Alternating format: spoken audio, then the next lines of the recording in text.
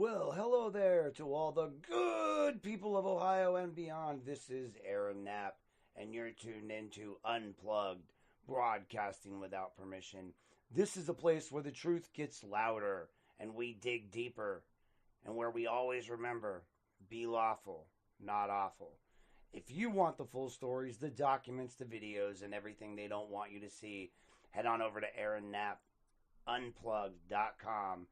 My new home for every investigation, every episode, and every update. And while you're here, be sure to like the video, follow the page, and hit subscribe. And share this with someone who needs the truth. We're building something real here. We're building something fearless. And we're doing it together. Welcome to Unplugged. Let's kick this thing off. Well, hello there to all the good people. Plug with Nap. Yeah, we cut through the noise. No script, no leash, no polished decoys. Broadcasting without permission. We don't ask.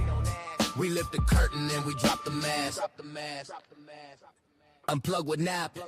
Yeah, we cut through the noise. No script, no leash, no polished decoys. Broadcasting without permission. We don't ask. We lift the curtain and we drop. Well, good afternoon there, Lorain. Happy Monday. It's getting close to Christmas. Hope you got all those gifts bought, wrapped and under the tree. Everything taken care of before Christmas Eve. It's been a little dreary out there lately. I know that everyone's probably thinking I'm going to talk about the whatever's going on over there, and I'm not. And I don't really care what anyone thinks. I made my statement online. I shut off comments on that one. Someone had made a comment about me losing. I don't care. I'm going to lose every physical fight ever. So that's as much as I'm going to talk about that. Today's little episode is going to be about records. We're going to talk about records requests, how they've been going on, how the city, the county, how everyone except for the state and a few people seem to be just way off based on records requests, the way they handle them. And it's uniform across like this. Just the playlist is crazy. So we're going to talk about that today. I'm going to talk about like how this isn't really a personality issue. It's more of a compliance issue, right, folks? Like we're going to start this by, the only honest way it can be started. And that's because anything softer allows the people to hide behind tone instead of conduct. This episode is not, about me being angry or persistent, which I get it. I kind of am. Or asking too many questions, which apparently I do. Or making people uncomfortable, which I know I do. It is not about whether I'm nice or I ask nice enough or I wait patiently enough or knew my place, right? Like, there's always that talk, he should know his place. Oh, that's better. And I just kind of go, it's about the Ohio Public Records Act, right? It's real. And whether it is conditional on who is asking or how inconvenient the answer might be, right?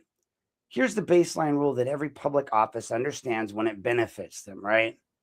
If a law applies to the public, it applies to the government too. There's no asterisk. It's not like, my team, Barry Bonds and his little records. There's no footnote at the bottom that says, hey, there's no personality exceptions. No clause that says records only have to be released if the requester is agreeable, differential, quiet. The Public Records Act does not regulate personalities, folks. It regulates conduct. And conduct, I'm going to walk through slowly and specifically, is a pattern of delay, denial, deflection, shifting explanations, institutional resistance that repeats itself so consistently across the city of Lorain and Lorain County that it can no longer be explained away as any sort of coincidence anymore. It's or a workload issue or a misunderstanding, right? At some point, the repetition becomes the policy. Every single one of these issues begins in the same way with all of you, me, other people in the county. I've seen other people's records requests, right? I poke my head into them all the time because eventually someone will get frustrated and just CC me in on the request. Now, explain to me why the second they CC me in on the request, the public, records agency usually gives them or gives me what I want, and then I give it to them. Just happened. I just poked my head into a records request, and I got it and sent it to the person that wanted it. Every single one of these issues begins the same way, folks. I or someone else submits the request. It's not a fishing expedition, not a demand for the impossible. It's not a request designed to overwhelm them. We're asking for email communications, records that document public business, created or received by these public offices or these public systems. This is the core category of public records under Ohio law, folks.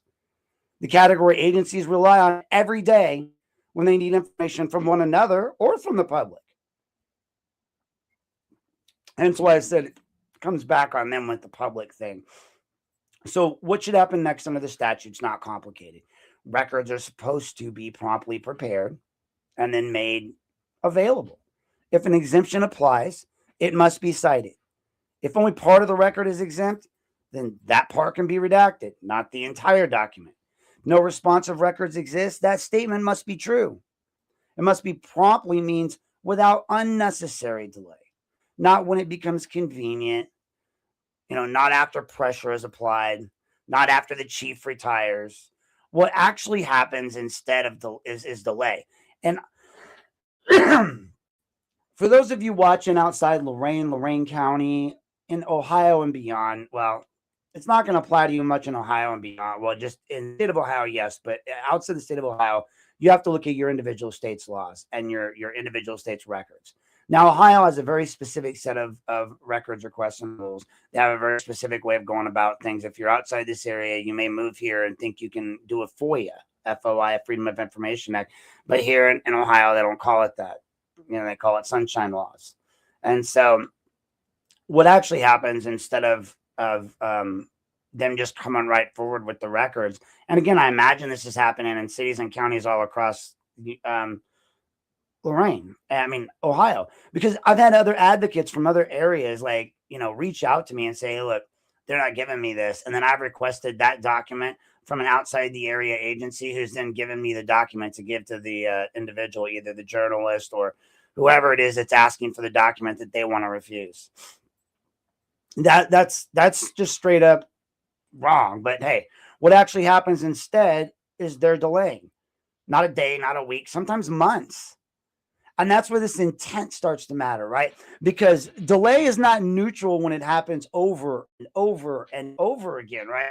Delay is not harmless when it becomes routine. Delay is not accidental when it appears across documents, across offices, across years, involving different custodians who somehow all land on the same behaviors. Come on. If petticoat on down, everybody has the same playlist. They don't change the script. I can lay it out. The first response is almost always silence, right? This will be a while. Then after some follow-ups, the response would be vague, right? Records are under review. Someone is searching. My favorite one, IT is involved. Legal needs to review. None of these phrases appear anywhere in the statute as lawful reasons to withhold records. They're stall tactics and stall language. They're placeholders. They're just to buy time while accountability waits in the wings. Eventually, one of three things will always happen. I am told no responsive record exists. I'm told the records exist but are exempt under a citation that doesn't actually apply to what I was requesting. Or I'm given a partial production so heavily redacted that it raises more questions than answers. I think it's in Braille, accompanied by a closing statement declaring the matter resolved. Well, unless, of course, it's like Tim Williams or James McCann's or Joseph Levett's, or no, not Joseph Levett's, Rocky Raddiff's social security number, home address, and information, or certain law enforcement's information. Then they just screw the redactions up so I can see them, and then I have to go through a whole nother process to report those to their legal department so that they can get the appropriate disclosures out to those individuals and make sure they get credit protection because they've now disclosed their emails to me and God knows who else every time they've sent that out. So, and I know that because I went back and looked at one of the ones I had received before, and they sent the same redacted copy when Garen asked for it with the information exposed. And I was like, yeesh. So, that's really the other part of this whole thing that's kind of funny. is they've released their own records illegally to me and Garen and God knows who else. I'm just honest and I call and tell them when they've done it. And that's where it stops being subjective, folks, because in multiple instances, records that were claimed not to have existed surfaced through other agencies or other requests or other productions. Emails that supposedly were not, there suddenly just appeared. Poof, magic. When another office releases them accidentally or on purpose because they're required to, or when related records reference them, right? Well, it's talking about those records right here. Kind of like with when Levette kept telling me that there was no police indexes, and yet I had references to them. That's not confusion. It's not oversight. That's false representation about the existence of the public records that you're asking for. That's something you can't do, folks. It's just not okay. Hold on. It's going to come as soon as I start to talk. Ohio law does not allow that. And if a public office says no records exist, and they do exist, that's not discretion. That's a violation. Man, I think I need to take an allergy pill. I feel like I need to sneeze. This is the point where the labels come out, right? This is where I get framed. Aaron's difficult. He's the problem. I just won't let things go, right? You notice what never, ever, ever happens, right? No one ever says I'm wrong about the statute. No one comes back and goes, hey, you're wrong there on that statute, right? Hey, you got that case law wrong, right? No, they ignore it. They don't say, no one ever talks about the exemption or how it applies or explains how, right? No one ever says, hey, the promptness requirement was met or wasn't met. Instead, the conversation shifts away from the law and toward Aaron and my character. That alone tells you something's wrong, folks. The Public Records Act does not give two fucks about who I am.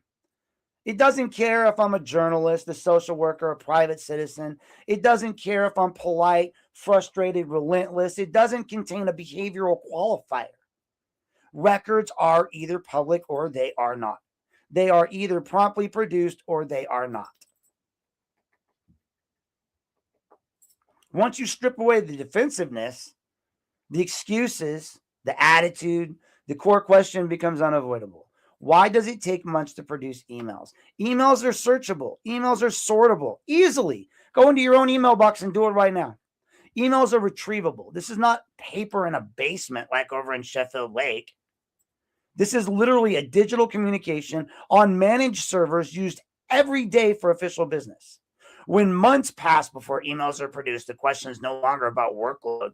The question becomes about what's in those emails that you're so afraid to release to me? What did Mary say? What did all the people in the law department say when you made me ask for 13 individual requests? Which again is beautiful. For the record, folks, we're going to stop for a second here and just say this.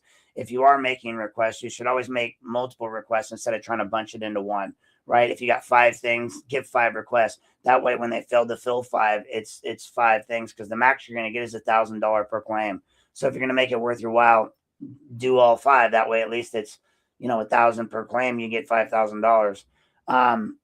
But that's if you're doing it for that reason, I guess. The law is it, but you got to do it for that reason because you got to hold them accountable. The law is explicit about what does not justify delay, right? Embarrassment's not an exemption. Optics aren't an exemption. Fear of scrutiny is not an exemption. Concern about how something looks in hindsight, it's not an exemption. If the emails are routine, release them. If they show poor judgment, release them. They show coordination that contradicts public statements, release them. They show retaliation, release them. That is the entire point of transparency, folks. That's it. When months pass before records are actually released, the damage is already done. Reporting is already delayed. Accountability is already blunted. Public understanding is shaped by the absence instead of the evidence. That's not an accident. That's structural advantage created by the delay, right? They delay giving me all this damaging information till they get to a point where they've got their little Muppets out there, little Miss Piggy out there going, Kermie, I love you. Kermie. Oh, that's my Kermie. Ah. Hey-ho. Anyway, listen, I just know that once you see the pattern, repeat itself across offices, years, across custodians. You stop pretending it's about inconvenience, folks. It's about control. They're trying to control the narrative. They're going to control me.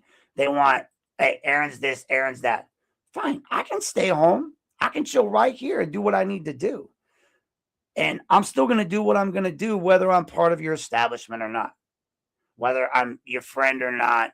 You know, for all these people that want to hate me in public, I got so many people in my inbox that privately have helped or done things with me. And then suddenly I'm too toxic, so they're going to chuck me off. Takes friend Patrick Horn. It's posted out the other day. What the city of Lorain does, though, is delay as a strategy. It's not an accident. Because when we talk about public records problems in Lorain, we have to stop pretending the city of Lorain is just struggling to keep up, folks. Struggle implies that they're putting some sort of effort into it, right? Because what's happening here is something entirely different. What's happening is repetition, and repetition, especially when it spans departments, officials, and years, stops becoming that mistake and it starts becoming a policy. Every time I request records from the city of Lorain, the same cycle begins anew. The request is acknowledged or ignored. And if it's acknowledged, it's framed as burdensome, complex, requiring extensive review, even when the request is narrow, specific, and time-bound. Because I've gotten good at this point, right? Emails named or emails between named officials, communications referencing named subjects, records that by their nature already exist in the organized systems because the city relies on the same systems to function, right? Then comes the delay. Weeks will pass, sometimes months. Follow-ups are required, not to narrow the request, but not to clarify scope, but simply to find out whether anyone's actually doing a fucking thing about it, right? And then finally I go, oh yeah. Well, when they finally start to respond, they're like, rarely is that grounded in the statute. Instead, they're vague references to, oh, well, you know, they need to be reviewed, legal consultation, IT limitations, as if those phrases magically suspended the Ohio Revised Code, please. Let me be very clear about this. There's no IT exemption in the Public Records Act ever, anywhere. There is no, well, legal needs more time exemption. There is no, well, we're uncomfortable with what these emails might show exemption, right? A public office does not get to delay disclosure because it's inconvenient or because it reveals internal dysfunction. And yet that's exactly how the city of Lorain operates consistently. Emails are treated like contraband. Requests for communications trigger defensive posture instead of compliance. Entire email chains are delayed, withheld, or selectively redacted. And even though Ohio courts have been crystal clear that the emails documenting public business are public record, the expectation of privacy on a government email server is minimal to non-existent. And when the content relates to their official duties, officials don't get to use email systems and be like, oh, well, I got personal confidentiality on every stuff. I don't want you to know what I was doing. That's where the pattern becomes unmistakable. The pattern and the same names keep appearing. One of them is Brianna Dole. Brianna Dole, our clerk of council, her name surfaces across matters involving affidavits, charging decisions, administrative actions. Yet when records documenting how those decisions were made or requested, the response is resistance every time. Not explanation, not transparency, flat out resistance. You know, she delays everything. And then the law department plays a central role in that because they're so deeply inverted from what the law requires. Instead of acting as a compliance facilitator, ensuring the city meets its statutory obligations, the law department functions as a choke point where all requests stall or die. Decisions disappear there in the black hole of the Lorain Law Department. Exemptions are stretched so far beyond their limits there that if you let them go, they'd knock someone out with them. And exemptions and explanations shift depending on which justification sounds more defensible in the moment. Like, that sounds right. Let's throw it to the wall and see what shit sticks to it. That's Lorain Law Department on records.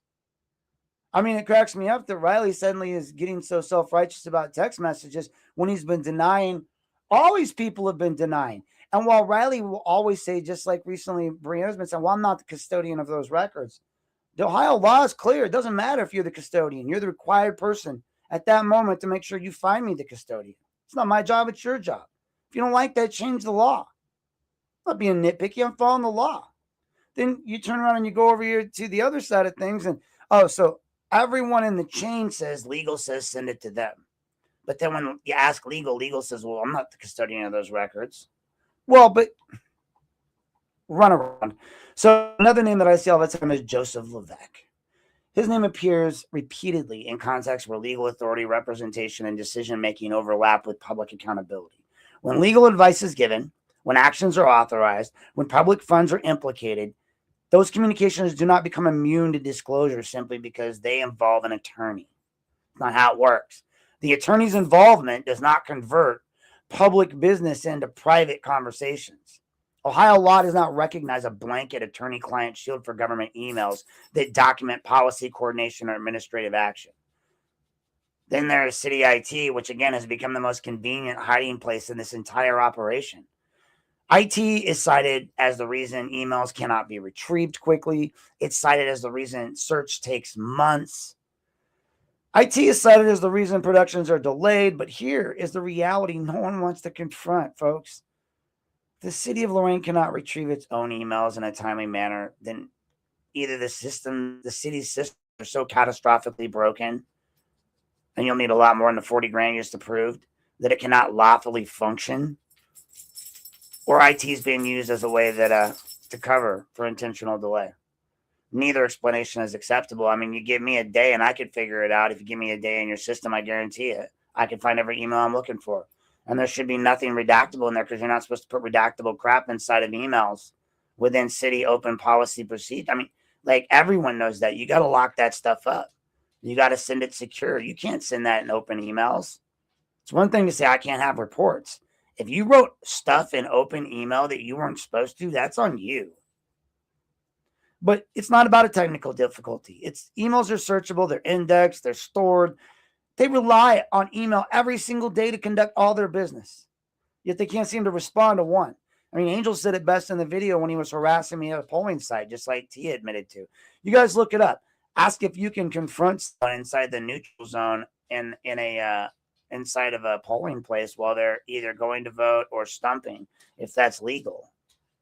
Especially in one individual's case who admitted on a podcast, she pulled up in front and was just yelling stuff out. That's called, polling fraud, or I don't know. There's a word for it. I'm not an expert on this, and I'm sure it's a minor fraud, but you're not supposed to do it. That being said, suddenly this whole system falls apart when we ask questions that they don't feel are credible. And the answer that they're saying that the system's trashed isn't credible. Like that's where the question sharpens. What's in those emails that they don't want to give me that justifies months of delay on Mary's emails? And on the law department, because initially the law department was like, no, you can't have any of them. And now they're like, now we got to wait on IT. Because the law doesn't allow delay to protect embarrassment, folks. The law does not allow delay to prevent scrutiny. The law does not allow delay because someone might look bad in hindsight. The Public Record Acts exist precisely because hindsight matters. Because accountability often only becomes clear after we've already done something, after the fact. So when the city of Lorain waits months and months to produce emails, sometimes people are out of office. The harm is not theoretical. Reporting stalls. Investigation slow. Public debate is distorted. The narrative is controlled by the absence instead of the evidence. And that's not neutrality. That's advantage. And, when I press for compliance and when I cite the statute, when I quote the law back at them, the response is not correction or cooperation. It's attitude. It's defensiveness. It's implication. I'm framed as unreasonable for expecting the city to do what the law requires. I'm treated as if persistence itself is misconduct. Really quick, I'm going to point out, though, now we're talking about the law. So for the record, when I say these things in my podcast, and I say, if I were you or I'm doing these things, I'm not giving any of you folks out in legal land, la land out here, legal advice. I want to be clear, as I always have been. I am a licensed social worker. I am not a lawyer. If you're coming to me for legal advice, even as an advisor, you're coming to the wrong person. You shouldn't be going to me ever for legal advice. Anything I would write would be for entertainment value only, folks, because I am not a lawyer. Now, have I represented myself in a lot of cases in the my custody battle and been all the way to the Supreme Court of Idaho multiple times? Yes. Do I know how to write briefs and things of that nature as they apply to me as a pro se litigant? 1000%. Am I capable of giving you, Joe Schmo, the public, or anyone in my circle adequate legal advice that would stand up under the scrutiny of law? No. So if you came to me and asked me what should I do with this letter from a lawyer, my first response would be go to your lawyer. My second response would be I got one for you. But I just want you guys to understand that, like, I heard someone recently say, well, he's always, giving me. I'm not giving you. I'm not giving you especially. Yeah. No, you. Definitely you. I'm not giving you legal advice, right? Never am. Ever. I'm not a freaking lawyer. If you come to me and you expect good legal advice, you're getting the wrong person. I am a social worker. I do understand social worker. I don't understand how law affects my clients, myself.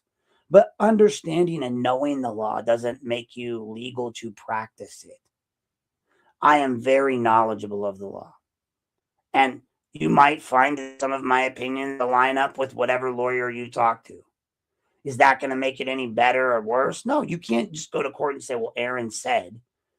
It used to be like back in the day, there was this commercial that would be like, for, I think it was a tax service. And they're like, H&R Block will not, will provide, we'll go to court with you in the instance of an audit. And then they go, not as legal counsel. All right, what? As a well-dressed friend? You're just going to sit beside me? Like, what do I need you for there then? Why are you saying that? Because that's all I would be, is a well-dressed friend and a cheer support for you. Now, you need social work resources. I can only provide the base minimum of those without supervision, so I will follow those rules too. But here's the problem for them. The law doesn't require me to be patient with their unlawful delay. It doesn't require me to accept their shifting explanations, and there are a lot of them. It doesn't require me to stop after an office gets uncomfortable. It requires the government to comply. At some point, delay stops being accidental. At some point, the repetition becomes the evidence. At some point, the only honest question left is the one that they don't want to answer. What are they hiding in those emails from Mary and everyone else that they're once again denying me after months and months and months?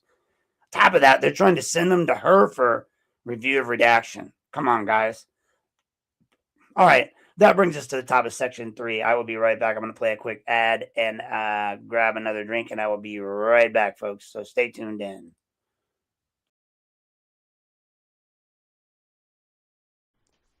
Here at Unplugged with Aaron Knapp, we like to thank our sponsors. We have a few unofficial sponsors tonight, and they are definitely not paid sponsorships. I want to throw out there a big thank you to Joseph Jones and Eric Jones of the Lorain Daily and the Vermilion Daily. They have a local news page. You should check them out. They do plenty of great work broadcasting all the news that is the news that you want to have in Lorain and Lorain County. So check them out. Also, please, if you need any legal services, feel free to reach out to Robert Gargas. You can find him listed online. He's a fine attorney and comes highly recommended by yours truly. And last but not least, I want to mention D&C Radio. Please make sure you check out one of the up-and-coming internet hip-hop stations and all of their shows. They put on a lot of shows. You have the Never Outdone show. You also have the Eric Bowen show, Speak Up, Speak Out. So please make sure you guys check them out as well if you're looking for your latest and up-to-date hip-hop artistry. Thank you for tuning in. This has been a non-paid sponsorship brought to you by Unplugged with Brought to you by this jackass. That's right, folks. This jackass brings you those statements. Anyway, gotta have a little levity once in a while, folks. You gotta enjoy yourself. So next, we're coming up on the Joseph Levesque, the McCann emails, and everything that was, and wasn't. And I know you guys have heard about the emails and everything that I've been bitching and moaning about, but suddenly new people come along and they start to realize you exist, start to get more followers, you start to get out there more, and you start to reach a bigger audience. And in this case, we're not getting sorry about that. We're not getting in depth about what the emails really like said, right? Because I've addressed the McCann emails said situation so many times when people go, "What's going on?" That's why I get frustrated because I'm like, "Well, look, there's like a million things online. Nobody watching this wants to hear that story again." And so I'm not going to tell it again. But I'm going to say that Joseph Levesque and the McCann emails and the way that they did not exist until magically they did. And this fell into a lot of people's laps in the county or the city's administration. And I get it. I get it. Did Bradley really know? They all really knew what he did because everybody knew what his reputation was. You can look no further than the Middlebrooks IA report that yours truly released to the public that you were never meant to see. That he was given, that was given to me with all the extra information.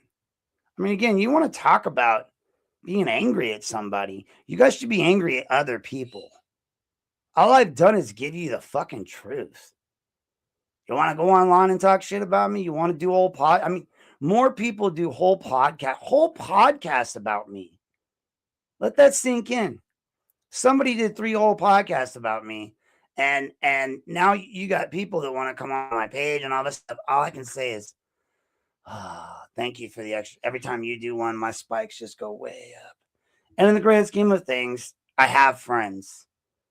Everyone's out here. I shouldn't say everyone. The few people that probably watch and that are doing what they're doing over there are acting like it's the end all be all, that suddenly it's going to make me sad and I'm going to just leak off into the sunset at 52 years old and care suddenly about everyone else's feelings and thoughts and feelings.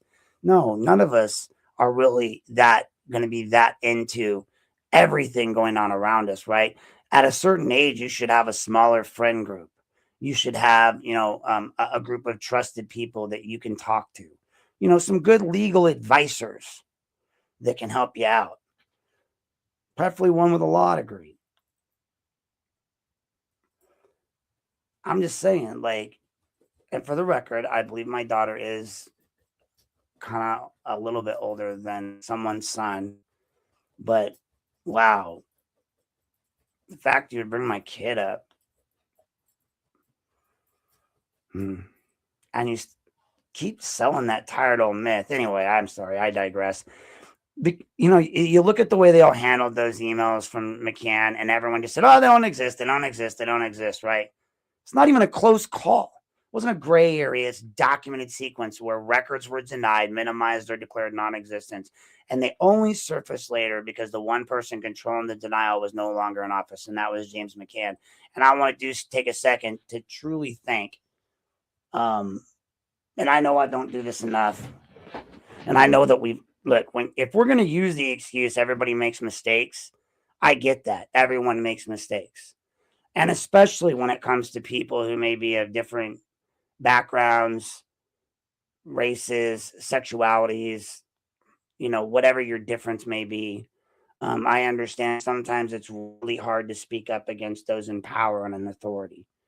And oftentimes people would say, well, why wouldn't someone like Middlebrooks have spoke up before, or even a Chief Fowling who was underneath McCann?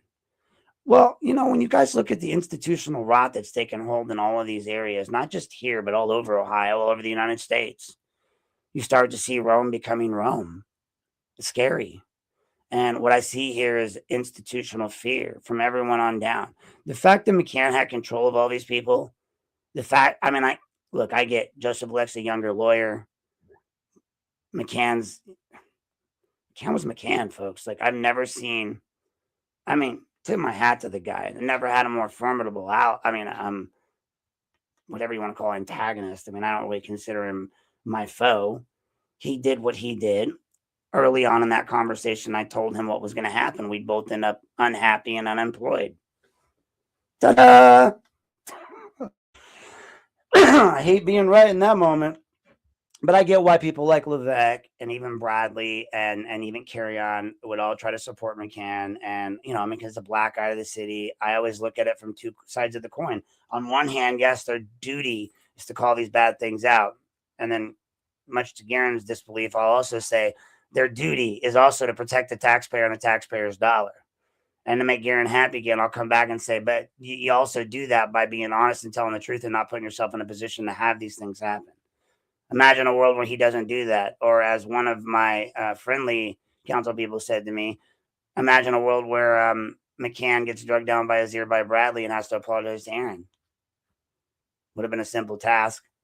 Others want to sell me as the bad guy for going after the chief of police. You mean the chief of police who illegally went after my license and then convinced a certain person to go after my license too, who then wrote emails and did that to go after my other license and failed?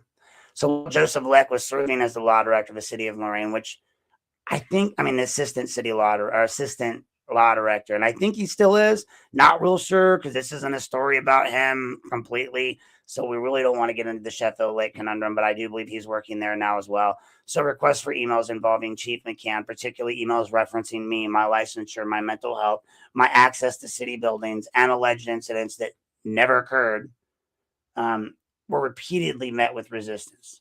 Now, sometimes the response was that no responsive records existed.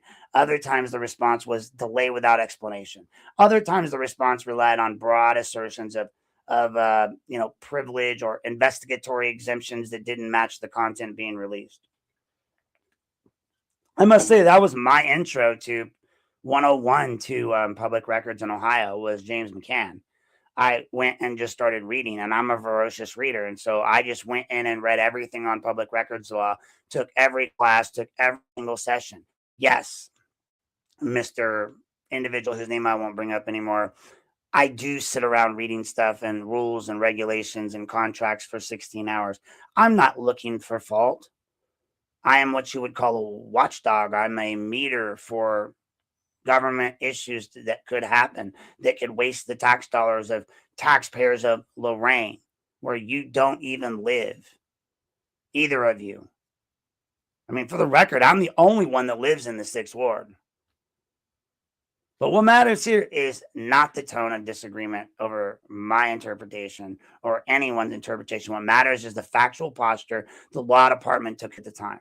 The position taken was that McCann's emails didn't exist, or they couldn't be found, or at one point they weren't subject to disclosure. Those are what Joseph Levesque had, was saying. And at the time, he, much like now Nietzsche, had direct authority over records compliance, legal review, and the framing of the responses to these public records requests, right? Then something suddenly magically changed, right? After McCann retires, all the emails involving McCann began to surface. These aren't hypotheticals. They're not summaries. They were actual emails. Communications that had previously been denied or obscured suddenly became producible.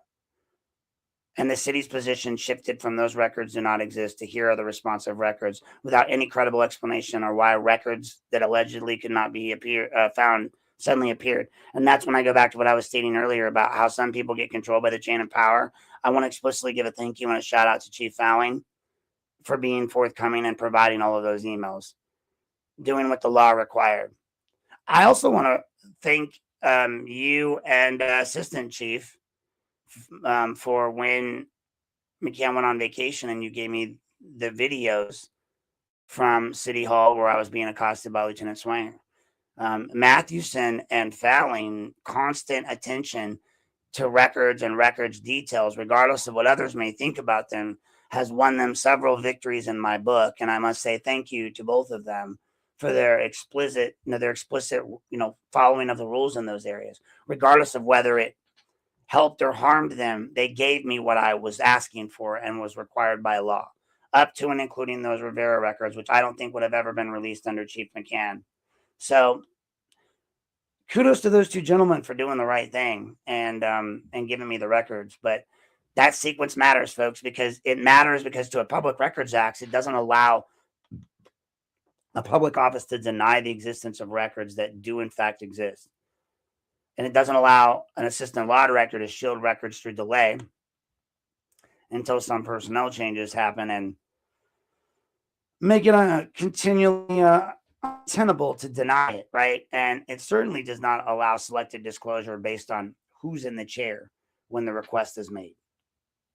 If they were releasable then, they were releasable now. And if they were findable then, they're findable now.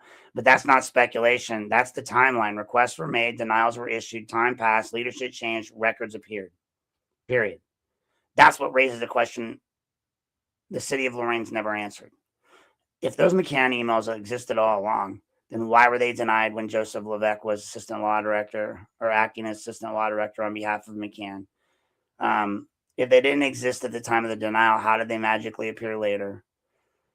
If the explanation is that searches were inadequate, well, then the law department wasn't exercising reasonable diligence, which in itself is a violation.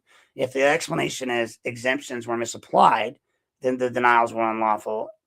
If the explanation is that the records were deliberately withheld, then we are no longer talking about a mistake. We're talking about obstruction. That's what makes this especially troubling, and is the content of the emails themselves. They weren't just trivial communications. These were emails involving a sitting police chief communicating about a private citizen, a licensed professional, and a whistleblower. They referenced licensure, mental health insinuations, just like other people continue to do, alleged trespass claims, and coordination with other offices. These are exact types of records the Public Records Act exists to expose, right? They're not just there to expose the frilly ones where it says, hey, make sure you sign that budget, because that goes to the heart of how power is exercised and how narratives are constructed inside the government, especially in Lorain. Emails like these do not become less public because they are uncomfortable or illegal. They do not become exempt because they reveal poor judgment or are illegal.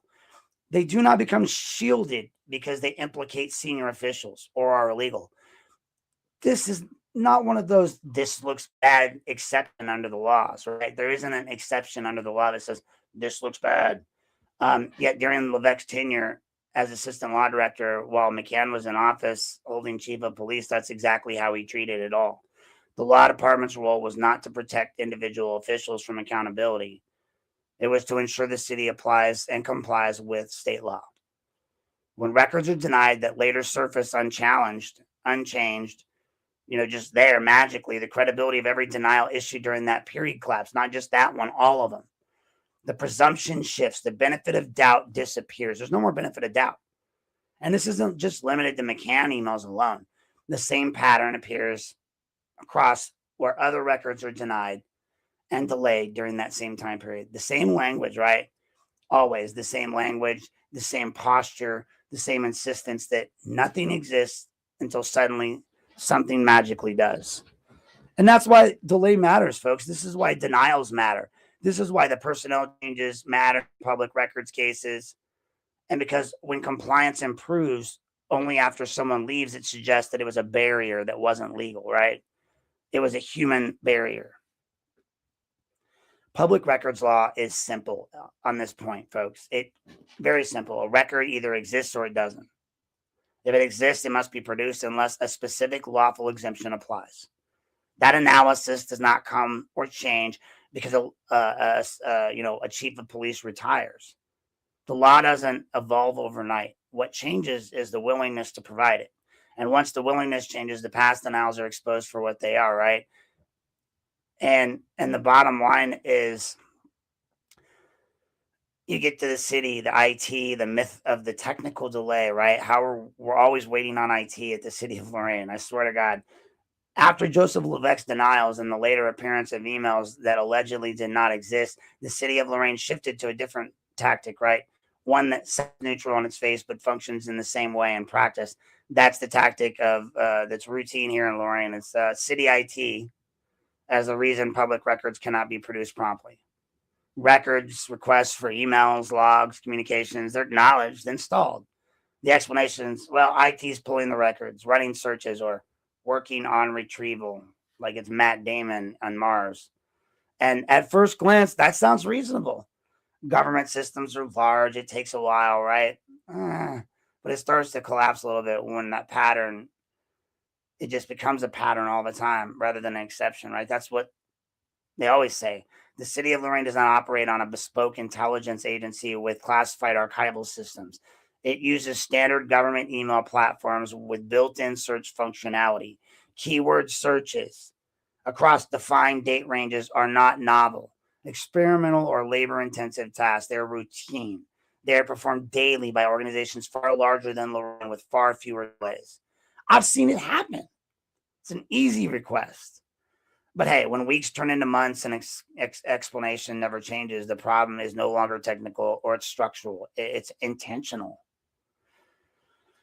Repeatedly, lawful requests for emails have been made and met with silence by statements that legal is waiting on IT is waiting on legal, or the request is under review. No estimated completion date is provided. No explanation of search parameters is offered.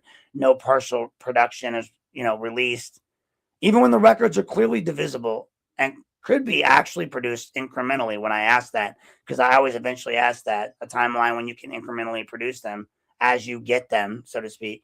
This matters because Ohio law does not allow a public office to delay production simply because it has chosen inefficient internal processes. Administrative inconvenience, not a defense. Staffing limitations are not a defense.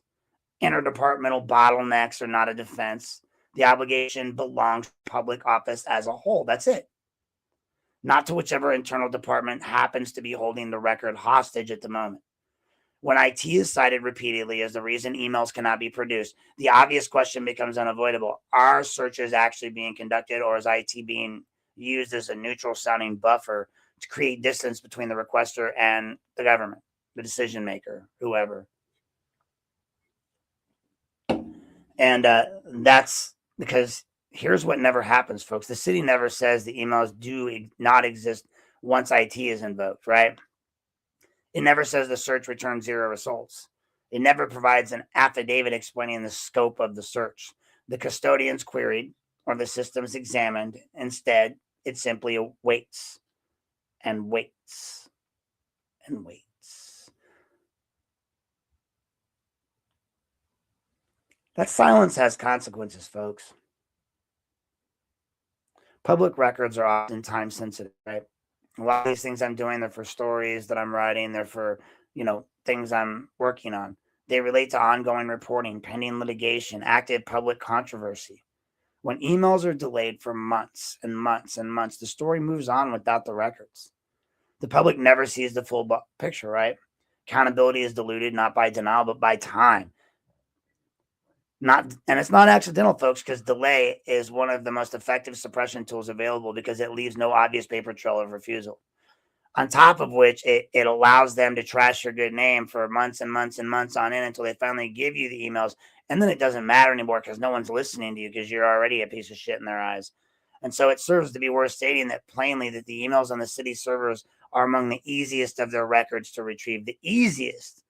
Unlike getting body camera footage, which may require redaction review or paper files stored off-site, emails are indexed, searchable, and exportable. And when months pass without production, it strongly suggests that the delay is not about retrieval, but about content. That brings us to the same question that keeps coming back. What's in those fucking emails that requires so much resistance from the law department, from IT, from Mary, from everyone? If the emails reflect routine administrative communication, and it can't be, how can emails about one citizen be voluminous? That's like saying I'm litigious. They could be released quickly. If the emails show disagreement, frustration, poor internal communication, it's not an exemption. If the emails show coordination between departments that later becomes controversial, it's precisely why the public has a right to see them.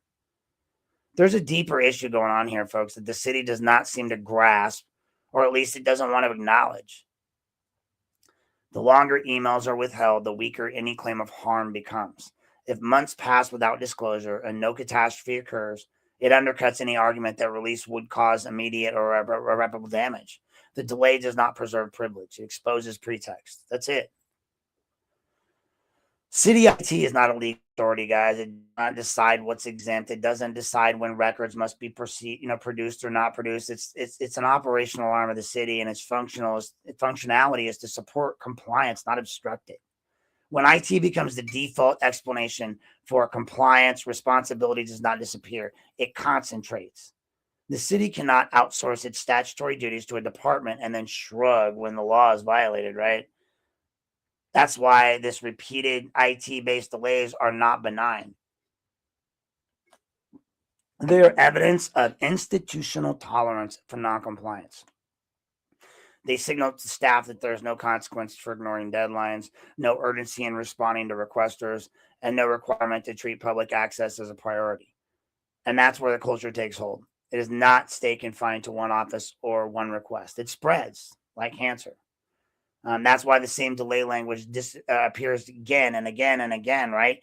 That's why the same explanations are recycled. That's why requests are framed as impatient, unreasonable for expecting compliance with a statute that uses the word promptly. It doesn't say when convenient. It does not say after internal coordination. It says promptly. Without delay, they would say. What was it? I forgot the word they used in Mauricio's case now all of a sudden. If the city of Lorain cannot retrieve its own emails in a timely manner, then the problem is not the requester, the problem is governance. It's them, not me. It's not you, it's them. So we started talking about Dave Comer, and at some point, the city stopped treating this whole thing as a delay, the temporary explanation, and started treating it as this permanent excuse because city IT is not really a mystery. It's not a rotating cast of vendors. It's not an ever-changing department with institution memory problems. City IT in Lorain has effectively meant one name for as long as anyone can fucking remember, and that's Dave Comer. Like, Dave Comer has been the IT guy for decades. He's been here long enough that if anyone knows where an email lives or how systems are structured or how archives work or how searches are performed, it's that dude. He's been here long enough that if there was an institutional knowledge to be leveraged for efficient compliance, it would already exist. He's been here long enough that the idea that the city cannot promptly retrieve emails strains credibility beyond the breaking point. I mean, so when the city says to the public, well, we're waiting on IT, what it's really saying is the city's waiting on Dave Comer. And Dave Comer, by virtue of longevity alone, cannot plausibly be portrayed as overwhelmed by the novelty of this idea. He's not like new to the system. These are not unfamiliar tools. These are tools of his trade. It's not a learning curve, right? These are emails, government emails stored on government servers, searchable by sender, receipt, and keyword and date range. And I gave you all of those. I made this shit so simple, it's not even funny. The same emails that somehow become instantly searchable when litigation's threatened, subpoenas are issued, or internal interests require them, which is why the repeated invocation of IT as the bottleneck deserves scrutiny after all of this rather than any sort of sympathy. Because if the city wants to believe that a decades-long IT director who has survived multiple administrations cannot promptly retrieve emails when the requester is a critic or a whistleblower, but can do just fine when the city needs them for its own purposes, that explanation only works if no one is allowed to ask follow-up questions. And follow-up question that never gets answered is if Dave Comer cannot retrieve emails properly, then why is he still in charge of IT? If he can retrieve them but is not doing so properly, then who is directing that delay? Because the Public Records Act doesn't recognize institutional familiarity as a defense. It doesn't care how long someone's been in the role. It cares whether records are used promptly and lawfully. Longevity does not excuse non-compliance. If anything, it heightens responsibility. I mean, there's a deeper irony here that cannot be ignored. The city of Lorain routinely invokes IT delay as if it were technology were the problem, when relying on technology to run almost every other aspect of government without interruption. Payroll runs, ticketing systems run, databases run. Well, ticketing systems run illegally, but emails are sent daily. Records are created constantly. The system works until transparency is requested. Then suddenly the computers are slow. That's why waiting on IT has become like an explanation. It feels like a movie title. Waiting on IT. Next on the Holiday Channel. It's become more of an explanation than a shield. more like a shield, right? It creates plausible deniability for legal. It creates distance for the administrators. It turns a statutory obligation into internal issues, right? Scheduling problem. It shifts blame onto a technical function that the public is not equipped to question. But the law doesn't allow for the shell game. The obligation to produce records promptly belongs to the public office, not to IT, as a department, and not as Dave Comer as an individual. If IT delays cause violations, the city's still liable.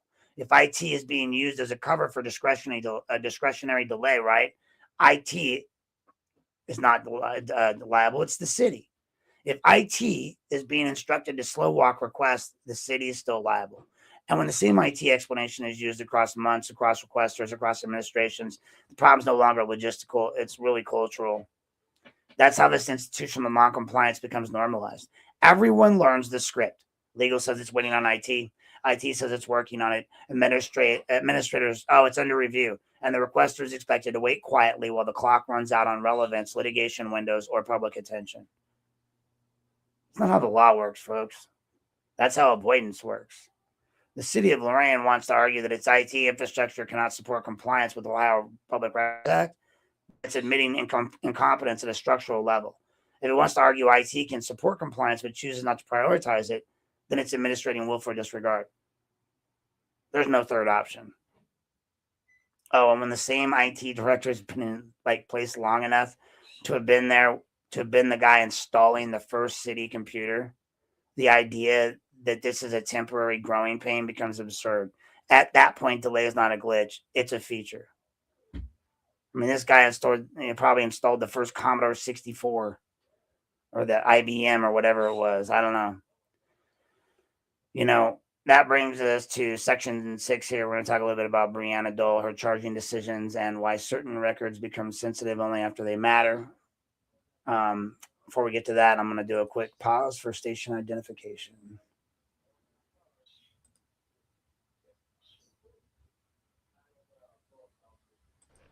If you own a business and you want to reach customers right here in Lorain County and Vermilion, this is your opportunity, folks. Advertising space is now available in Vermilion Daily and ABC Radio. That means your business can reach local readers, local listeners, and a highly engaged community audience. And here's a bonus. For a small add-on fee, your business will also be advertised once per episode on my podcast, Unplugged with Aaron Knapp, as long as your ad remains active on one of those two platforms. This is web exposure plus podcast exposure in one package. If you're interested in advertising, contact me now to reserve your spot through Facebook, email, or reach out directly. Ad space is limited and local visibility matters, folks. This was an unpaid for.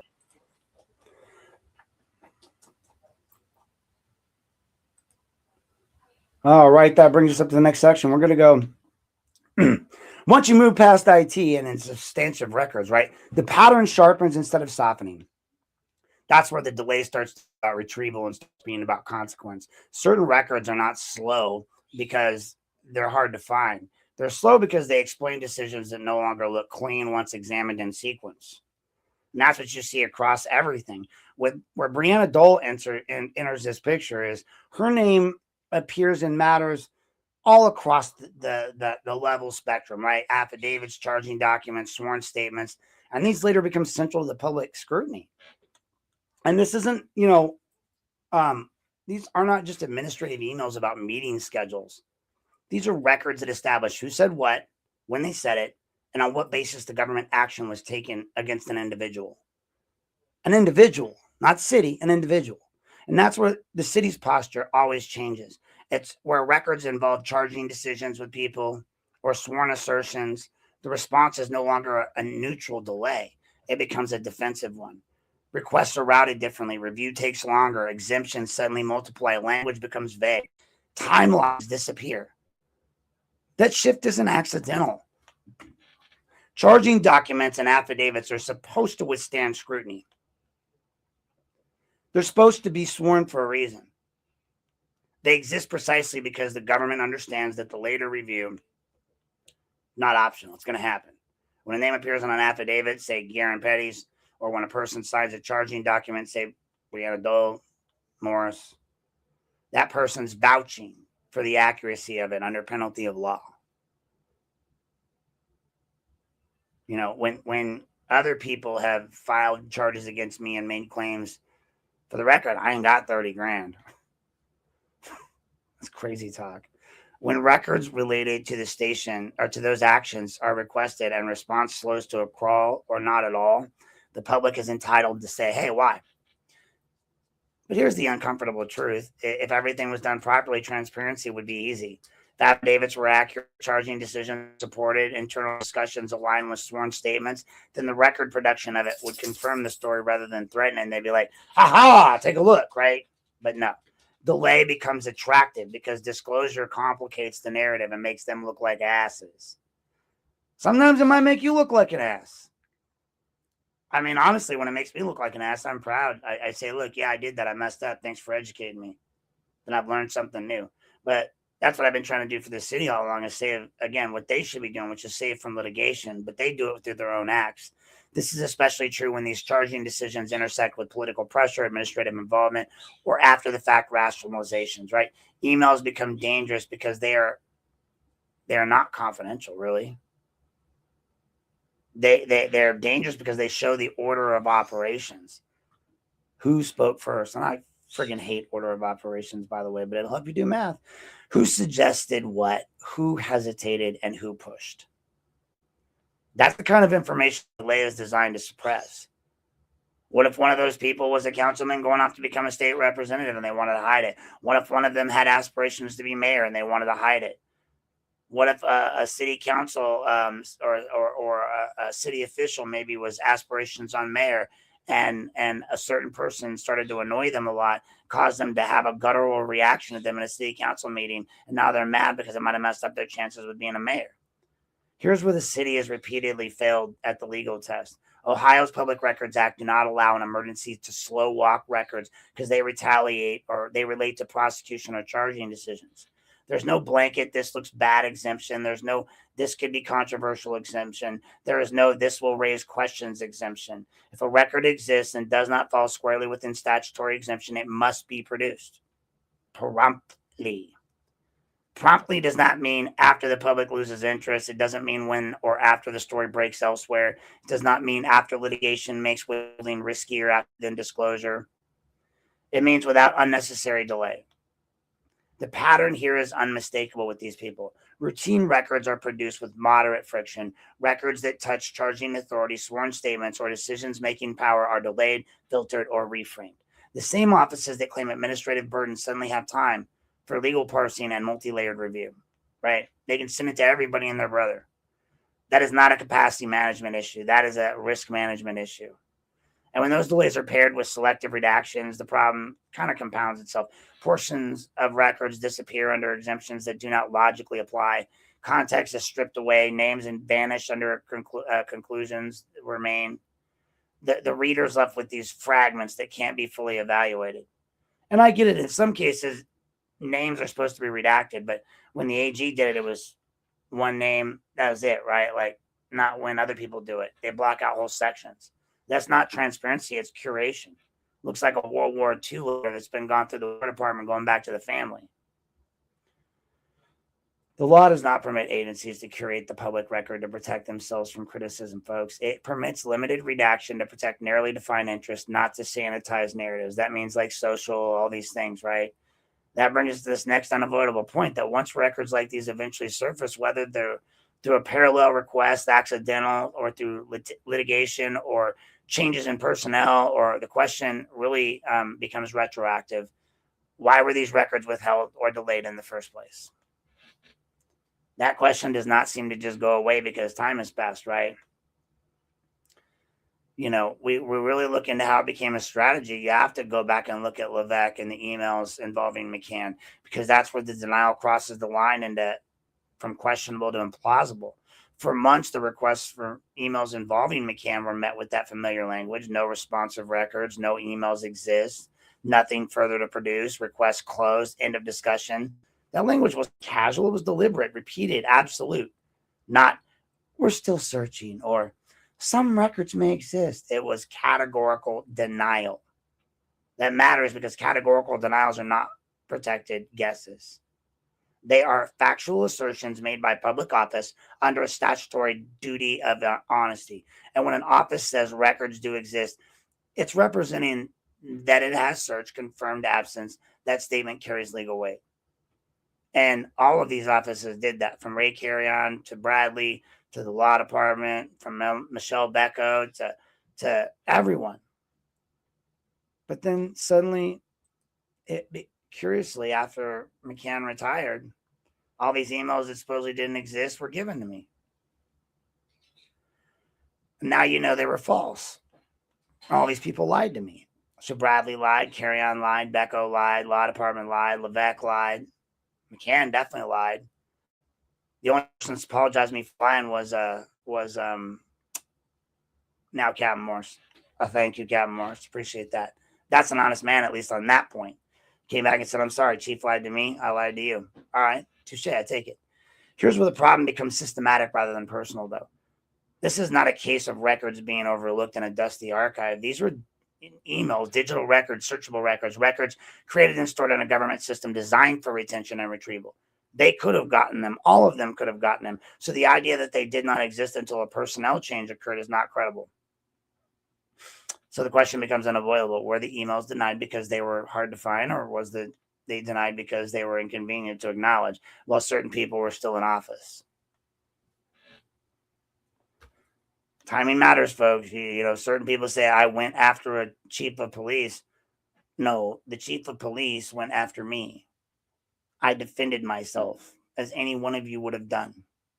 But hey, when denials persist up to the point of retirement and productions occur afterwards, the implication is not technical failure. The implication is discretionary withholding.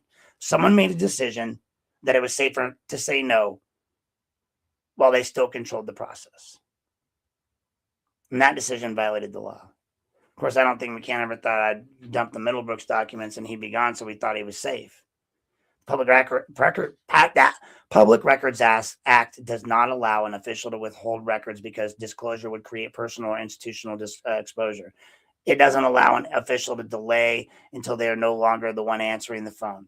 It doesn't allow, it does not allow an official to gamble with a requester that they'll give up or just let it go before the truth surfaces.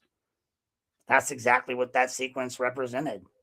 It exposes why delay is so powerful. Delay is not the need to defeat a request permanently to be effective. It only needs to outlast the moment when the records matter the most. By the time the record surfaced, the damage was already been done. Reporting has been slowed. Narratives have been hardened. Accountability windows have narrowed. That's why eventual compliance is not real compliance at all. By that point, no one cares. And that's why retirement does not erase responsibility. If records were unlawfully denied then while he was in office, the later production of those records does not cure the violation. It confirms it. It proves the denial was based on, not on non-existence, but on his own choice. That's what McCann did. And let's be clear about something else. Once those emails surfaced, no explanation was offered for the aerial denials, right? Nobody said, hey, no correction was ever issued, no acknowledgement of an error made. The record was simply allowed to quietly contradict itself. Nothing to see here, folks. Move along. The silence is part of the pattern. Transparency does not mean quietly releasing records once the risk is past. Transparency means releasing them when they are requested, when they are relevant, and when the law requires it, regardless of discomfort. I mean, I haven't responded to a crap ton of my email requests, including records that tie, certain public officials to building things that have gone away here in South and Lorain itself. Records of all over the place. Records on Amber Bronish and Amber Smith's or Nancy Smith's case. All being denied, all being held back. What happened to the McCann emails shows exactly why requesters are forced to persist and keep going and go to the court of claims. It shows that the initial denials cannot be trusted at face. I can't trust them. They lied to me for a year and a half. Why the fuck would I believe a word they have to say? Why would you believe it? I mean, a certain person goes in and says, I could have done this and I could have done that, and he did this and he did that with no proof whatsoever, and you guys are willing to believe that. I don't violate the law like that. I'm dang sure not going to do it for someone like that. But it just makes you lose credibility. It's not about hindsight. It's about record keeping honesty and just credibility in general. You pair this with the city IT department's posture, the law department's gatekeeping, and the timing of personnel changes, the conclusion writes itself. These denials were not random. They were coordinated through structure, process, and authority from the mayor on down. Which brings us to the next layer of the system, right? The role of the city legal is not as compliance, but as, as a defensive barrier designed to slow, narrow, and exhaust lawful requests before they reach daylight, apparently here. City uses legal as a shield, and it doesn't have it's supposed to be a compliance office advising the city and the city officials what's going on. Half the time it's conflicted, and that's because it gets itself in the middle of all of these situations with Garen and all of them.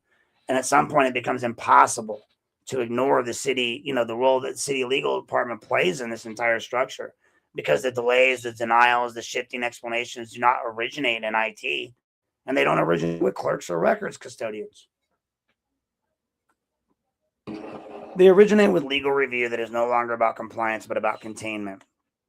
The law department is supposed to be an office that ensures the city follows the law, but under Ohio's Public Records Act, that role is not discretionary. It's affirmative. That means they don't get to choose to do it. They have to do it. Legal counsel is supposed to advise release when release is required. Yep, that's supposed to go out, give it out. And then narrow redactions when redactions are justified. Oh, shit. Is that Rocky's social? You should black that out. Yeah. I can see everything through this. What is that? No, can't send this out. That's not what's been happening in Lorain. They've just been like, yeah, cool. Oh, Rocky, he doesn't matter. Assistant Safety Director Tim Williams, he doesn't matter. Send it out. Maybe they think that if we share it, that we'll somehow be in trouble, but that's not the case, because it falls on you guys, especially if we don't notice it. City legal's function as a shield, though. Requests routed there not for guidance, but for delay, to deny, to die. Under review becomes the holding pattern. Legal analysis becomes the black box. The requester is left waiting while the city decides how exposed it feels, not how the law reads. And the most telling part of it all is the legal justifications do not remain consistent, right? 1 week, a record is withheld because it supposedly does not exist. The next week, it exists but is exempt. Later, it exists and is partially exempt. But then somehow, only after months have passed, that it's not legal analysis. It's just narrative management. If the exemption applies today, or applies on a day 1, it applies on day 2 and on day 5,000.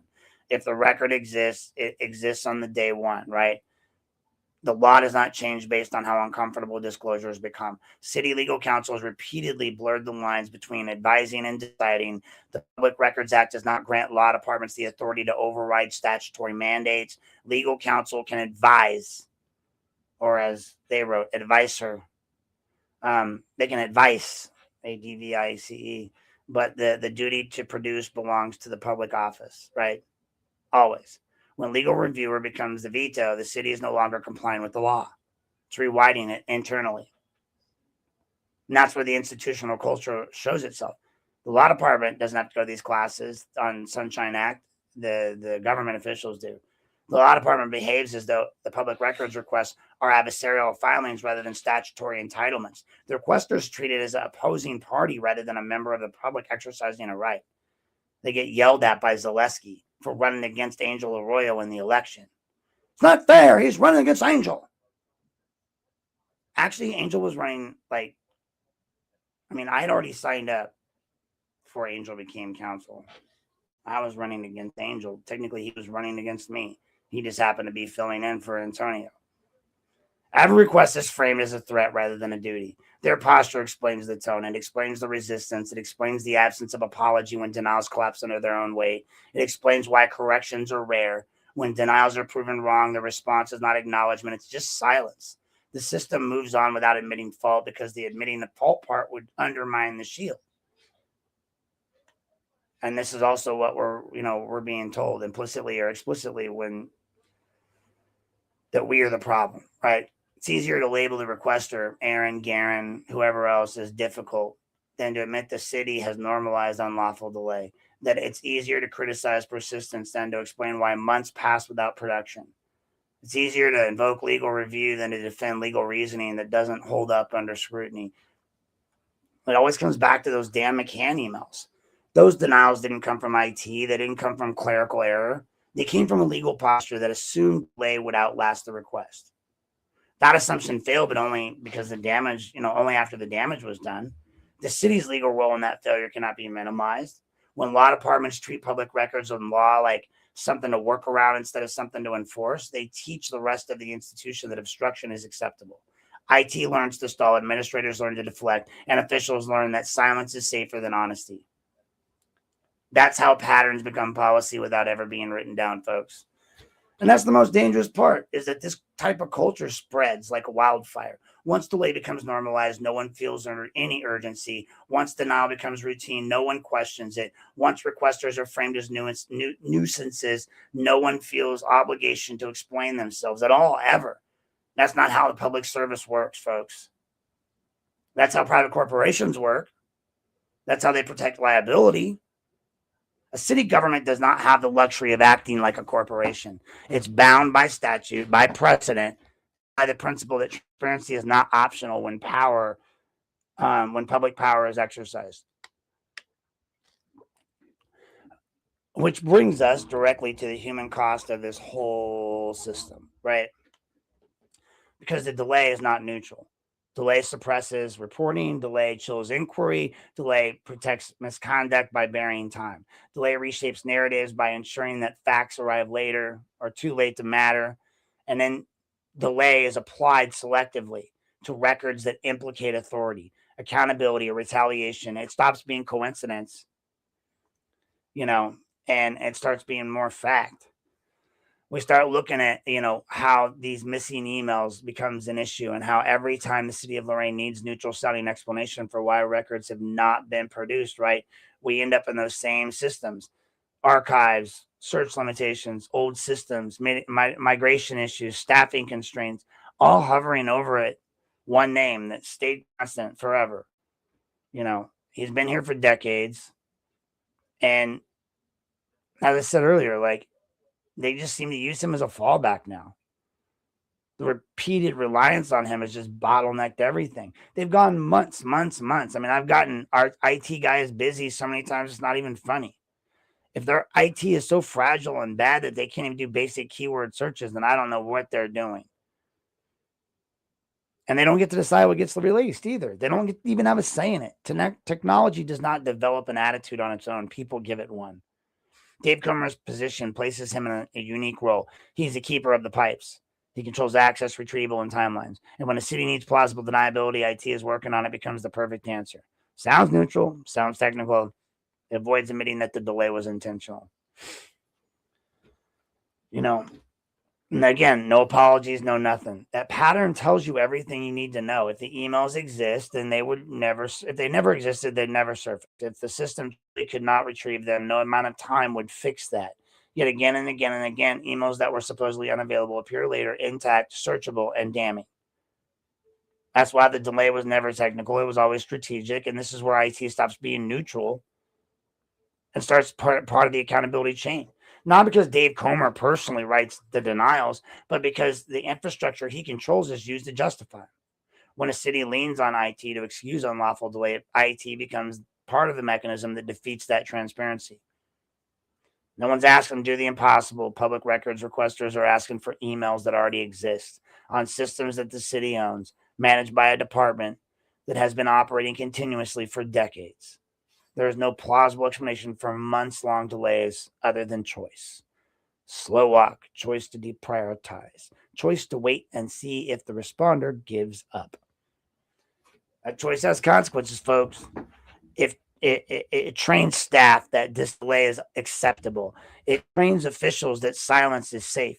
It trains the public that persistence is required just to receive what the law already guarantees us. And it creates a chilling effect. Not everyone has the time, folks, the resources, or the temperament to push for months. Many of these requests deny, and they die quietly because they were not because they were invalid, but because the system outlasted the requester. That's attrition. It's not transparency. And if Lorain leadership wants to claim compliance with the Public Records Act, then IT cannot remain the black box. Timelines have to be documented. Retrieval processes must be explained. Delays must be justified contemporaneously, right? Not retroactively. And we're working on it. Cannot be, we hope you stop asking. Because when IT becomes the strongest, issue and shield serving City Hall, the problem's no longer technical. It is definitely cultural. And then now we're going to, move into one of our final few sections here. We're going to move on to the county. Lorain County, different letterhead, same playbook, right? We're going to do one last quick break, take a restroom break, and then we will be right back. But we're going to talk about Lorain County, different letterheads, same playbook. Stay tuned, folks.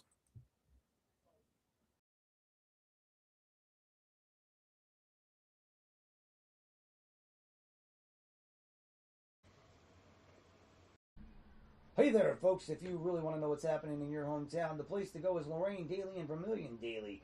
From city council and school boards to local businesses, community events, and neighborhood stories, these outlets cover what the big media ignores. This is hyper-local news for real people in real communities. Visit Lorain Daily and VermilionDaily.com today. Read it, share it, support local journalism, because your community deserves coverage that actually lives here.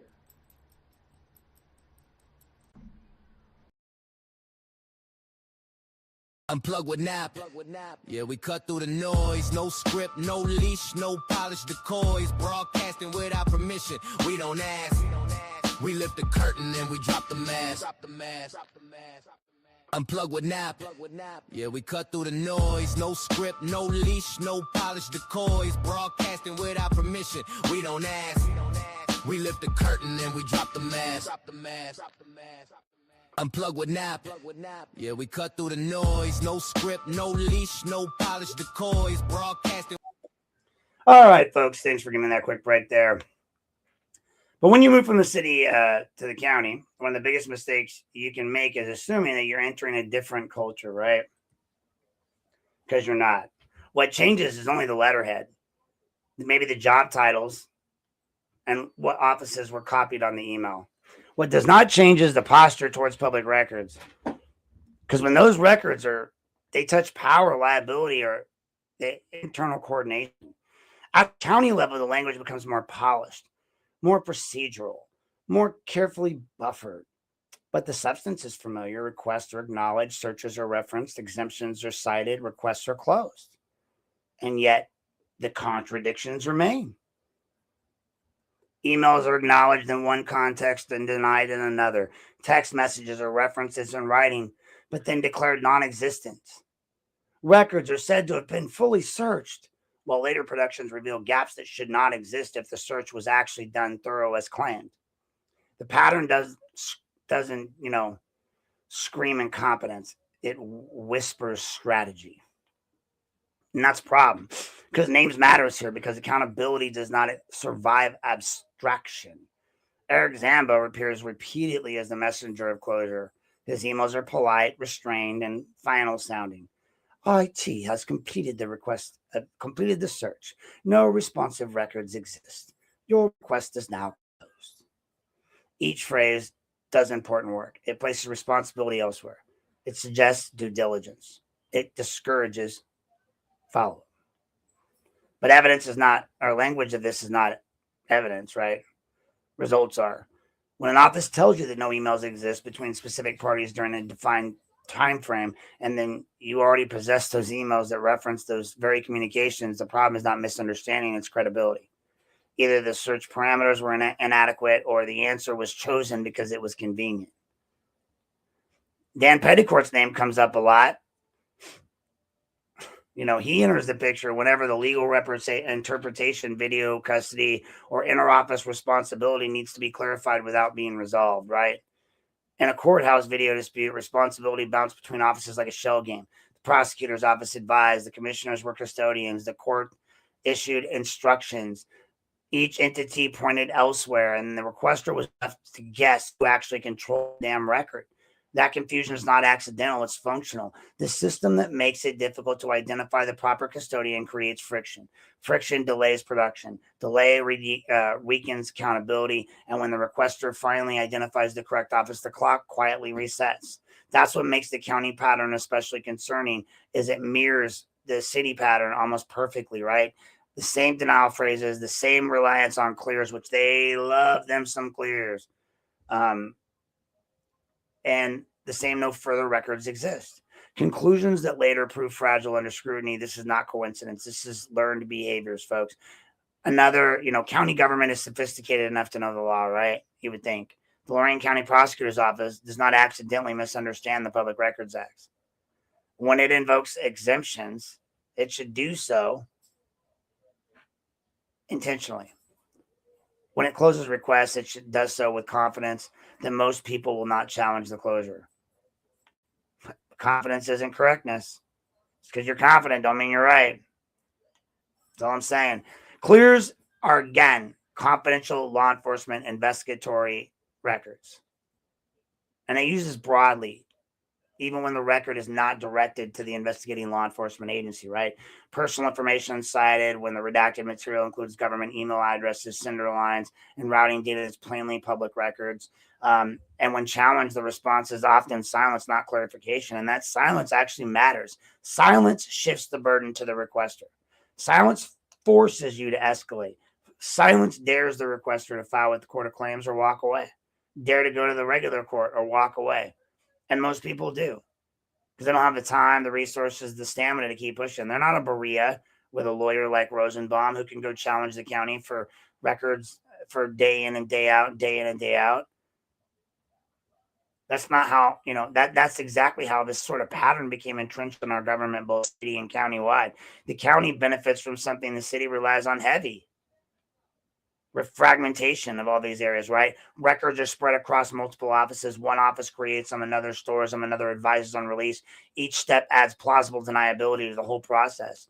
Each step slows the process. And when the record finally surfaces, only through a different agency or after sustained pressure, is there rarely any acknowledgement that the original denial was actually wrong, right? No correction, no explanation, just quiet compliance. Late or later. And yet this is what the county wants.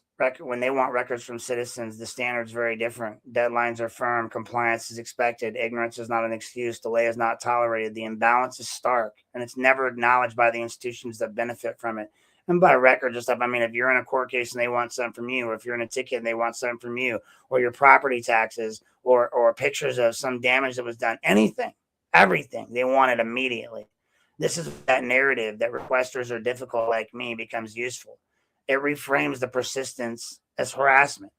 It reframes my follow-ups as aggression. It reframes my lawful insistence as personal behaviors rather than statutory enforcement. But the truth is simpler. If the county followed the law promptly and consistently, there would be nothing to push against. No follow-ups, no disputes, no escalation. The friction exists because the compliance does not. The friction exists because the compliance does not. Again, the friction exists because the compliance does not. And that brings us to the most revealing comparison of all. Because when these same types of requests reach Ohio AG's office, the entire dynamic changed. No finger pointing, no shell games, no months of silence, just records. The contrast is not incidental. It exposes the local pattern for what it is. It's not confusion, not incapacity, but choice. I mean, dude, the AG, I'm going to just stop for a second and say the AG's office was amazing when I got those records from JD. And this was the first hint at when I started to realize maybe something more was going on when JD Tomlinson then met the eye. I know I get a lot of grief from people saying he still says this or that. Listen, we're all accountable for our actions. As much as I may, say certain things you're not accountable for, certain things you are. You still got to take some responsibility. Doesn't mean that you take all the liability. Now, is JD liable for his personal actions? Sure, but is he responsible for the actions of everyone around him? Not necessarily, especially if those people were sent to him with ill will or ill content.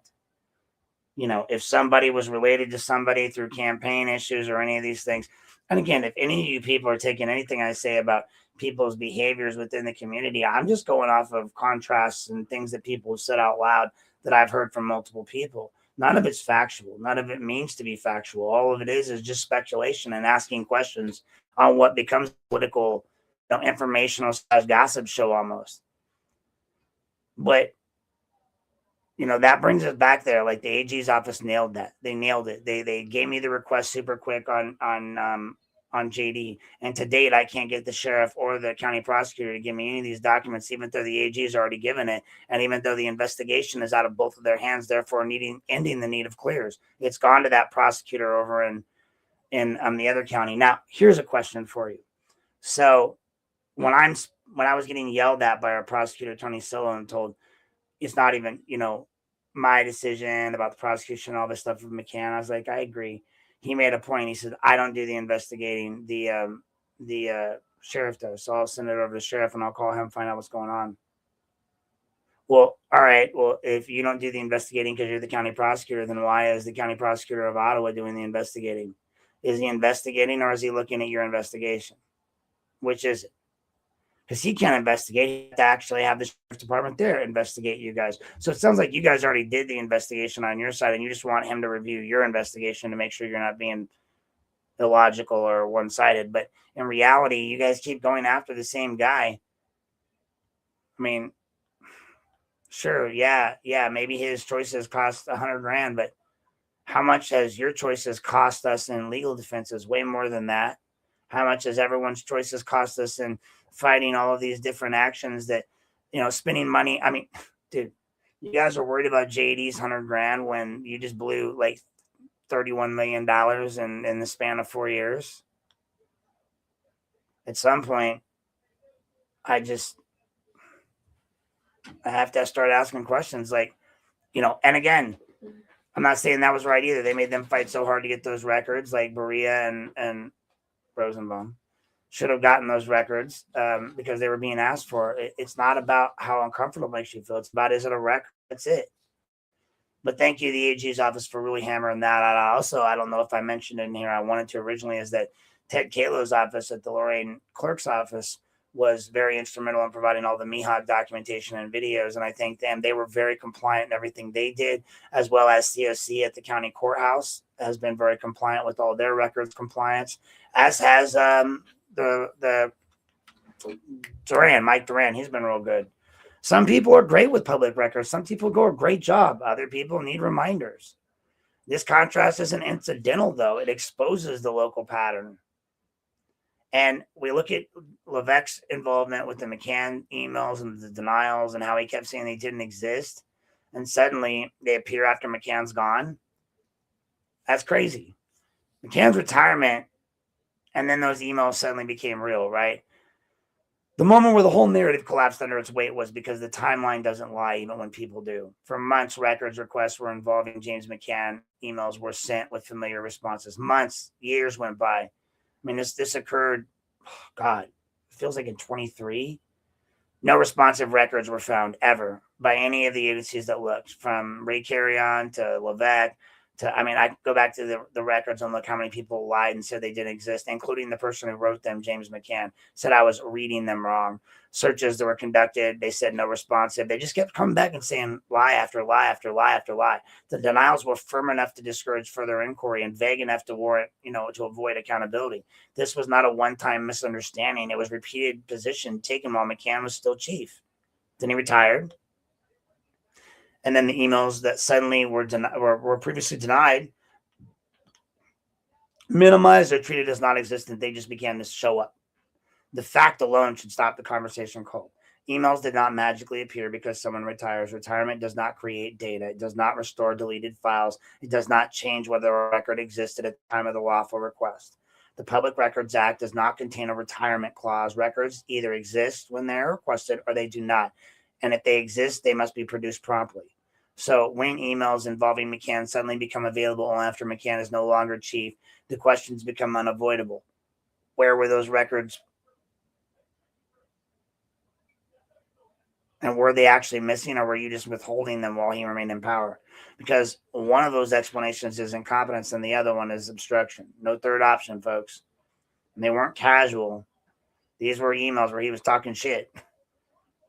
Every denial that was issued while McCann was still in office must now be re-examined in light of what later surfaced, right? It's not hindsight, that's evidence. And if the emails existed after McCann retired, they existed before he retired. And if they existed before he retired, then denials issued during his tenure were false, incomplete, or intentionally misleading. That's not paperwork. That's legal problem. That's why the delay matters. That's why timing matters. That's why officials cannot be able to hide behind vague claims of searches, reviews, exemptions, and other records that eventually show up anyway. Delay does not neutralize the violation. Delay is the violation. But hey, while McCann was chief, they closed ranks. Requests stalled, explanations shifted. The same records that later appeared were treated as radioactive. Once McCann retired, the pressure evaporated. Suddenly, compliance became possible. The officers, the command staff, everyone there breathed a sigh of relief that the witch was dead and that power dynamics had been restored.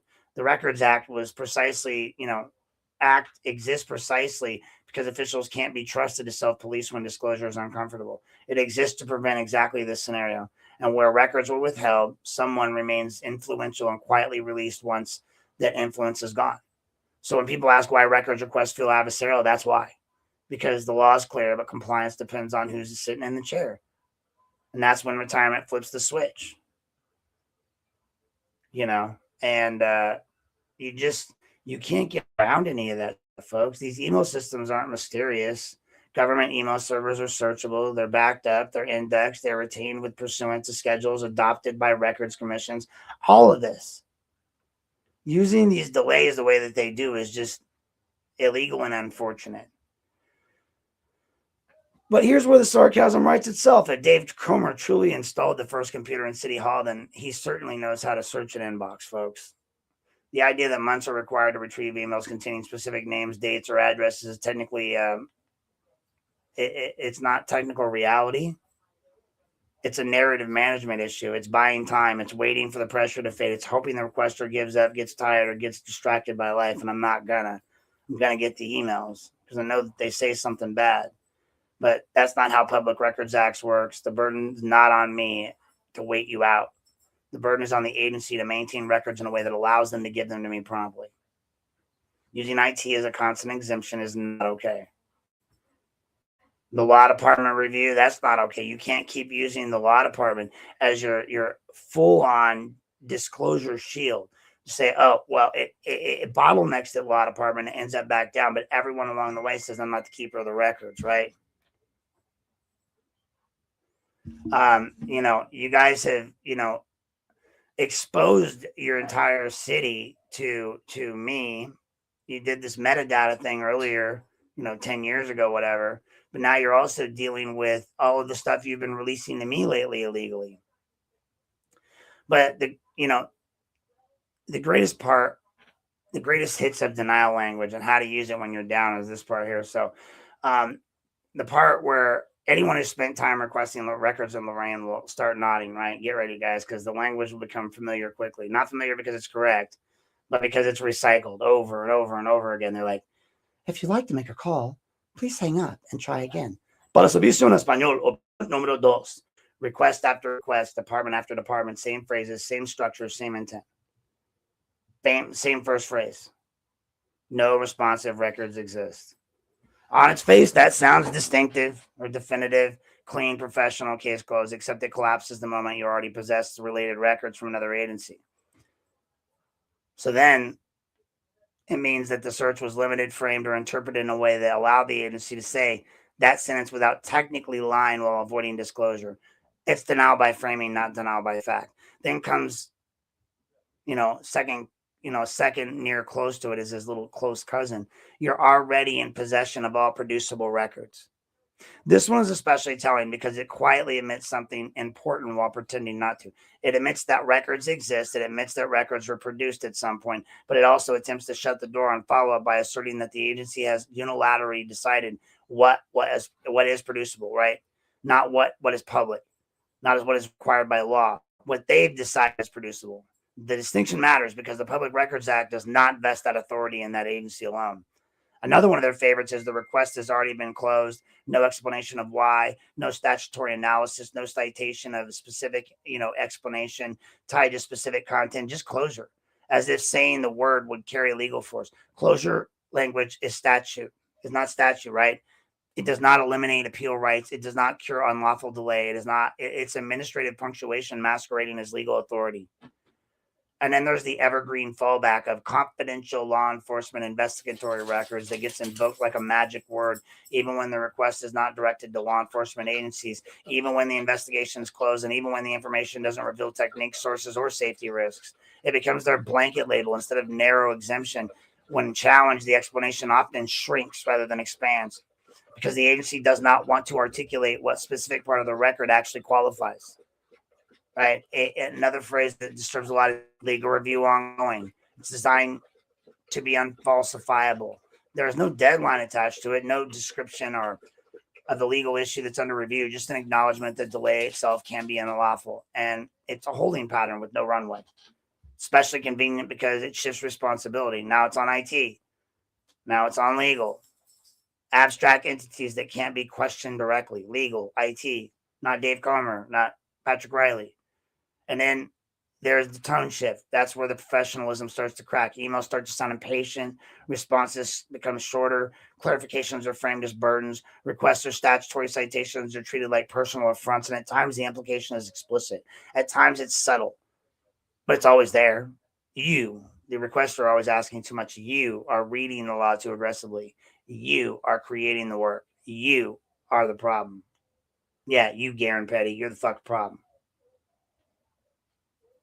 You, James, you're the problem. Aaron Knapp, you're the problem. Anybody else asking for records? You're the problem. It's not accidental. It's conditioning. Now everyone repeats it. Even if they don't know your name, they make up your case in the middle of a podcast and say every piece and fact of it wrong in regards to James. But hey, you guys are selling some good stuff out there. It's no longer about the language used. It's more normalized. And it becomes normalized, right? New requesters see it and they assume it's just how it works. Journalists hit the same walls and decide the fight's not worth the time, or they send me the request. Citizens give up because the process feels intentionally exhausting. That's the point. Delay is not a bug. It's the feature.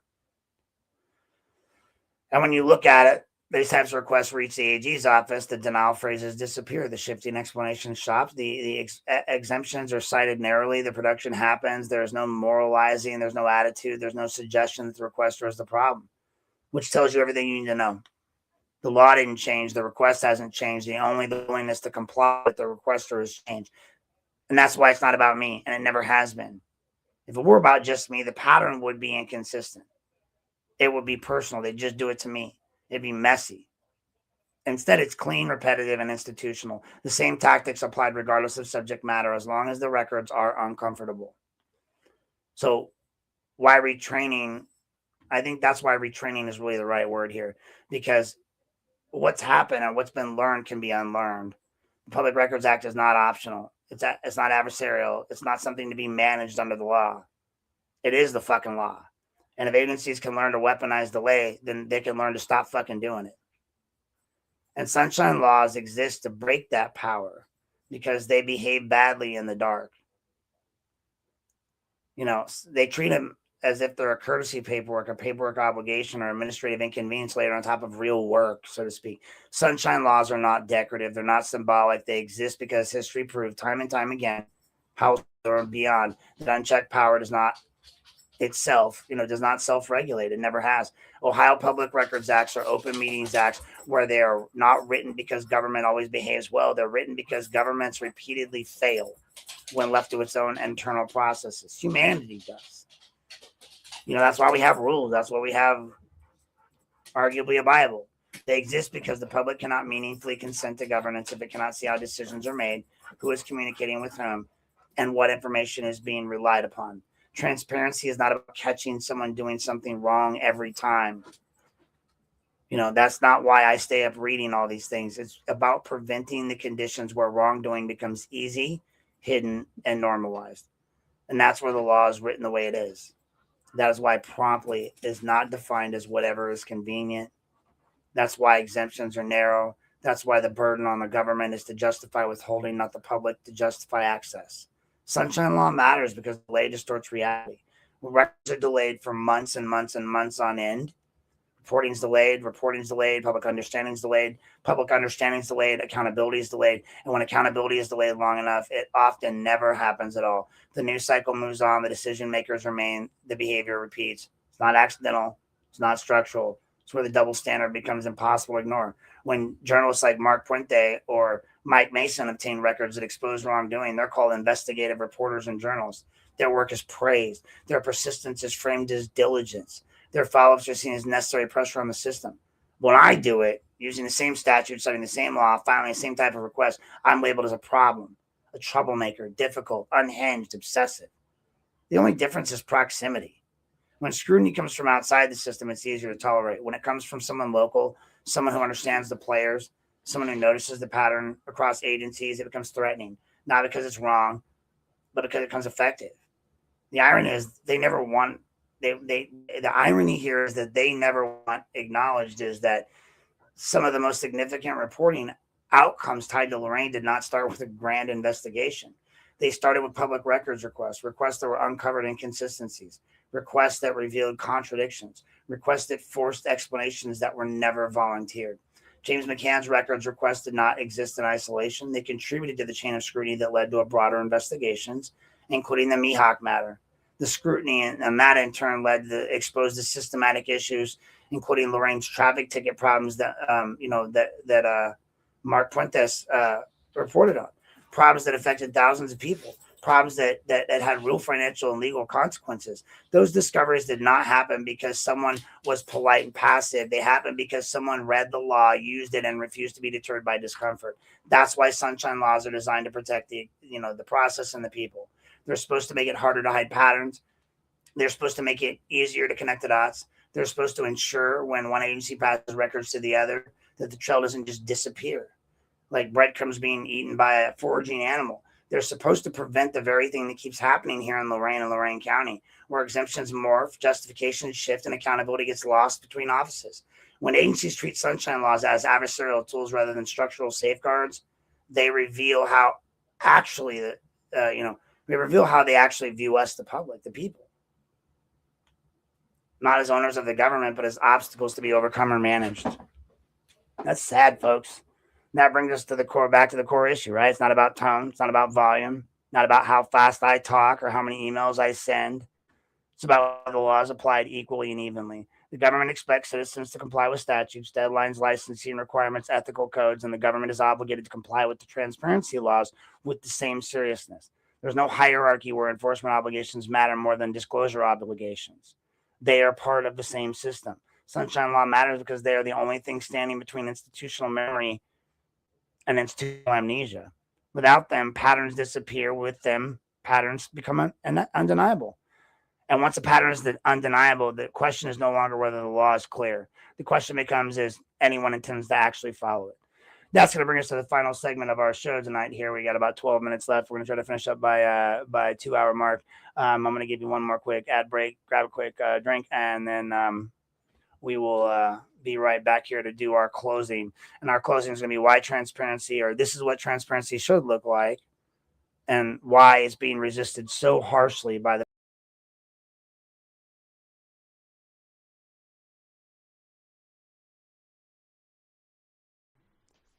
Here at Unplugged with Aaron Knapp, we like to thank our sponsors. We have a few unofficial sponsors tonight, and they are definitely not paid sponsorships. I want to throw out there a big thank you to Joseph Jones and Eric Jones of the Lorain Daily and the Vermilion Daily. They have a local news page. You should check them out. They do plenty of great work, broadcasting all the news that is the news that you want to have in Lorain and Lorain County. So check them out. Also, please, if you need any legal services, feel free to reach out to Robert Gargas. You can find him listed online. He's a fine attorney and comes highly recommended by yours truly. And last but not least, I want to mention DNC Radio. Please make sure you check out one of the up-and-coming internet hip-hop stations and all of their shows. They put on a lot of shows. You have the Never Outdone show. You also have the Eric Bowen's show, Speak Up, Speak Out. So please make sure you guys check them out as well if you're looking for your latest and up-to-date hip-hop artistry. Thank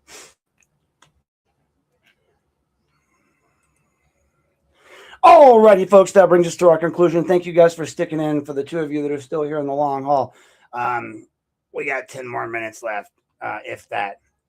This is why transparency looks like, or what it looks like when it's resisted, right? This is where it ends. Not with a slogan, not with a dramatic pause, not with an accusation that can't be backed up, but with the record itself, folks. Because the record tells the storyline, whether anyone likes the tone or not, folks. You've heard across this entire episode, it's not a series of isolated misunderstandings. It's not one bad day, one overworked clerk, one misread statute, one technical hiccup, one assistant, APA approved telling me no on something that, later after 5 or 6 denials will say yes. It's not just about the fact that they've released multiple social security numbers to me and addresses of people they weren't supposed to release unredacted properly or unredacted at all. It's not about the fact that they released police officer body cam footage to me unredacted. It's not about the fact that they care so much but care so little at certain times. It just blows my mind. What it's really about is the sustained pattern of delay, denial, and minimization, shifting explanations, and selective compliance that repeats itself across all these offices, across time, across personnel. Different letterhead, same tactics, different signatures, same results. From the sheriff's department to the county to the city to every township office that gets shifted up eventually to the county to Lee Prue. Because again, I will ask for some records from a township office and it ends up right back at Lee Prue's desk. How do you think I've been dealing with her so much? At some point, that delay stops being neutral. At some point, it stops being administrative friction. At some point, it becomes strategy. I mean, I got APA Prue so upset with me. She's talking shit about me. She's writing full-on complaints about lawyers, and then all she does is talk about me. That's insanity. The Public Records Act is explicit for a reason. It doesn't allow agencies to wait until scrutiny fades. It does not allow agencies to wait till the requester gives up or dies. And it doesn't allow agencies to slow walk disclosure until the damage to the public understanding is complete. It doesn't allow embarrassment, optics, internal discomfort, or any of those things, or fear of accountability to substitute for statutory exemptions. These are not carve-outs. Those are excuses, folks. And excuses are not the law. That's what makes this situation impossible to dismiss. Not my persistence. It's the contrast. When the Attorney General office receives a request from me, the law is followed cleanly. Like, exactly. And they gave out information to me that to this date, the county and the city county prosecutor and the county sheriff disagree was public record.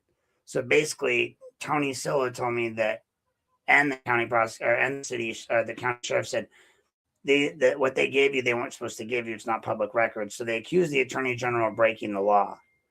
And then on top of that, they turned around and have doubled that down by not giving me the very records they claim are still under CLEIRs when they've obviously given them to the Ottawa County prosecutor. And again, that's all the stuff on JD. I mean, again, seriously, guys, like, I know I went hard at the dude during the election. I was mad at him because he's part of the whole office with Petticourt and,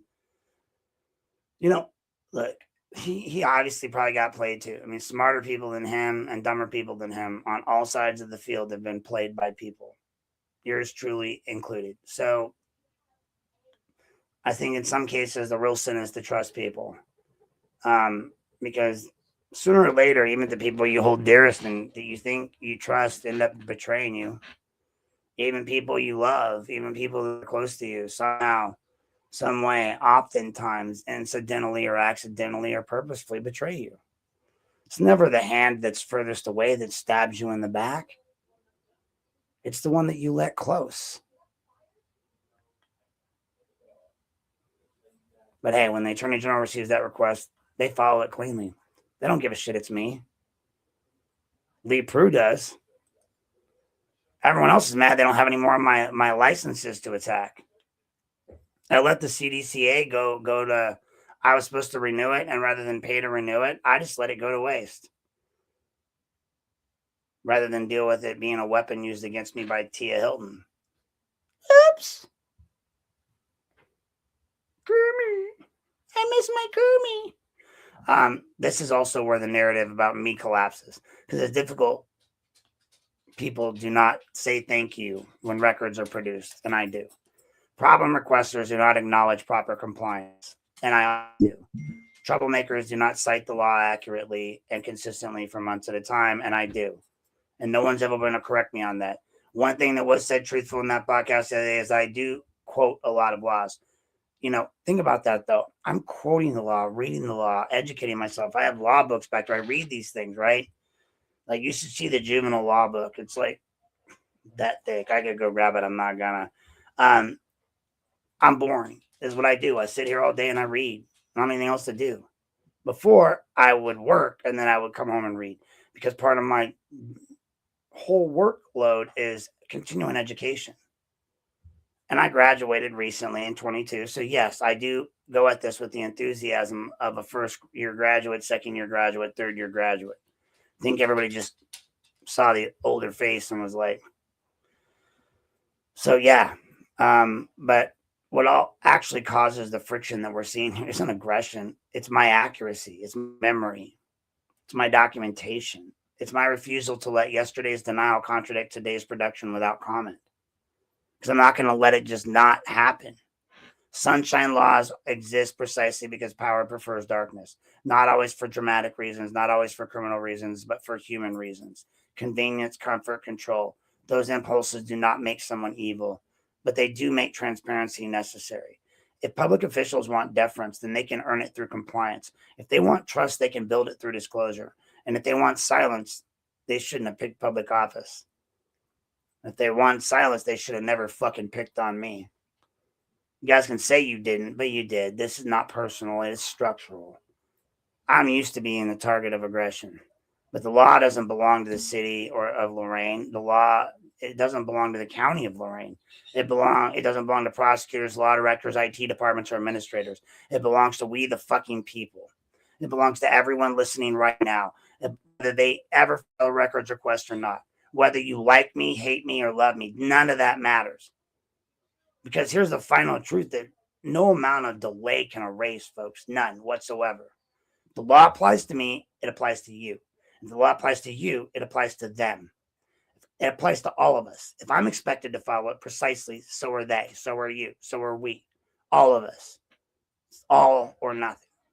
Transparency is not optional. Accountability is not conditional. Sunshine laws are not suggestions. They are the fucking rules. All that being said, folks, I want to say this is Unplugged. You've been here tonight with Aaron Knapp on Unplugged. I appreciate you sticking around for the full 2-hour podcast on transparency and records requests. If you need any extra information on records requests, feel free to check out my website, www.aaronnapp.unplugged, AARONKNAPP, unplugged, UNPLUGGED.com. And you can find on the back page a little section called Sunshine Laws. I have a whole little book kit thing, forms you can fill out, you can grab, that will literally you can use to send off. Since no one's really picked them up recently, I still have quite the free offer going on. If you want them, I'll send them to you as long as you like this little page I have going on for the selling of it. But in the grand scheme of things, I don't really care about the buying of it. I like the fact that on each one of them, it has a watermark logo that shows that I created it. And then you just be using my product every time you use it. So if you need those documentations, reach out to me. They're on my page for money, but I'll happily give them to you for free, including the book, especially for reviews. And in this case, just thanks for tuning in. I know maybe you might have thought I was going to go hard on. Listen, guys, I'm not personally angry at any of these people. I'm asking questions of all of these people. From government to, regular citizens abound. It amazes me how people think that it's okay to go around and make up fake claims about hits being on people. That's been proven to be legally defunct. She's claiming 911 calls. And this isn't part of my suit with the bar that I won't mention. So I can mention this part. Like, she's claiming that on the 911 calls that it talks about how, well, if you listen to 911 calls, he did it. Well, no. I'm sure what you would hear in a 911 call is these individuals calling saying they supposedly heard me say it. John Moreau wrote in a report that I supposedly said it, but he didn't show up to court. And then later, Aiden Fogel apologized to me, if not through an intermediary in person at city council, saying he knew I didn't do it. And I'm pretty certain he was the originator of the story to Heather, who then passed it on to the chief or 911 and all these other calls. Be clear to you guys, I'm not going to hurt her or anyone. I wouldn't hurt a fly. I wouldn't hurt Santa.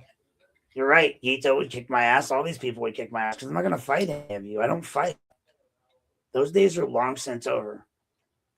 To answer your questions, the disabilities I've provided to the city of Lorain, I'm not going to provide them to everybody, but I do have a tri-level neck fusion. So when any grab around my neck or any sudden movements or any jerking can cause nerve damage that can cause someone to fall and hurt themselves. So when you think about traumatic injuries and things that you don't see necessarily because you want to make fun of people because maybe they don't show them to everybody all the time. But in the grand scheme of things, you do something that causes a reaction that you don't understand, and it's because of their injuries. And either they did it that way or they would become violent. And when you hurt people and harm people, you don't know what their existing injuries are. I worked at a bar once, and back in the way back days, back when it was a saloon, right? And I'm just kidding. But I remember there was a guy that worked for us, and it was shortly we had rules about how you remove people like Patrick Swayze. People can come here to get ass kicked. They come here for a good time. And so this one guy got out back with the dude and fought with him and punched him, and the guy hit his head on something and died. And he got charged with manslaughter. Now, it's not always about your intent. What are you chewing on? Where'd you get that? Gross. Sorry, my dog was chewing on something. It's not always about your intent, folks. Sometimes it's just about what happens. And, when you go putting things out online, and we all chance having ourselves questioned. But what I'm doing here is hopefully for the betterment of you and society. I'm hoping that most of the information I'm giving is useful to you. This public records course today, tonight, whatever, you can take one at the AG's office and learn a lot too. But in reality, I'm not giving you a course. I'm giving you a crash course in how Lorain denies.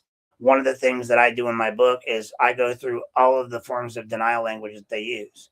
And that's all I've been seeing. That's why I honestly get why someone might see me as a troublemaker or, no, he causes problems. Like, I get it. I get why all these things happen. But it doesn't necessarily mean that I'm all. I just want to remind people that your voice does matter. And people like that charge should not be in office, in my most humble opinion. You see, he just gets up here and bashes a damn former. Are you going to address the council? So anyways, I'm going to finish what I'm saying. Anyways. And yes, I am using this one piece. No. He causes trouble. Darn you, troublemakers! And I would have gotten away with it. It wasn't for them pesky kids. Bitch.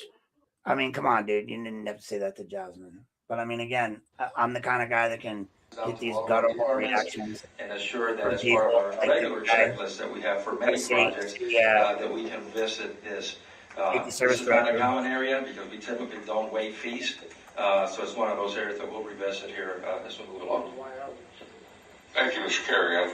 Say something? Then why are we? Say something? Then why are we? You want to get an attitude? You work for me, Carrion. Right. Oh, right. Yeah, you do it. Mr. Knapp, let's have it. Mr. Knapp. So your employee is addressing me, sir. This visceral reaction to me was beyond belief. That's how you tell that they've personalized this to me. I don't care. I don't know Ray Carrion. I know he sat on my porch and lied to me. He never followed through on the investigation. He claimed no emails existed when they did. He wrote a bullshit, fucked up report that by all means my 15-year-old daughter could have done better at. And on top of all of that, he still has the balls to ignore me. And he's the one that put Antonio Baez in illegally, supported him. Again, this guy is supposed to be all for the Sixth Ward. Great. Whatever. I don't see it. And other people like Miss Hilton want to be mad about the whole, like, oh, you did this. And for the record, I am going to correct this part. When it comes to my entourage, first off, James is not my entourage. James is a human being. James Mauricio is a person of color who was borderline, I guess kidnapped, unlawfully detained at minimum by a judge in this county. Say what you want about that fight. I'll forever consider that the best fight in my life besides the one for my daughter.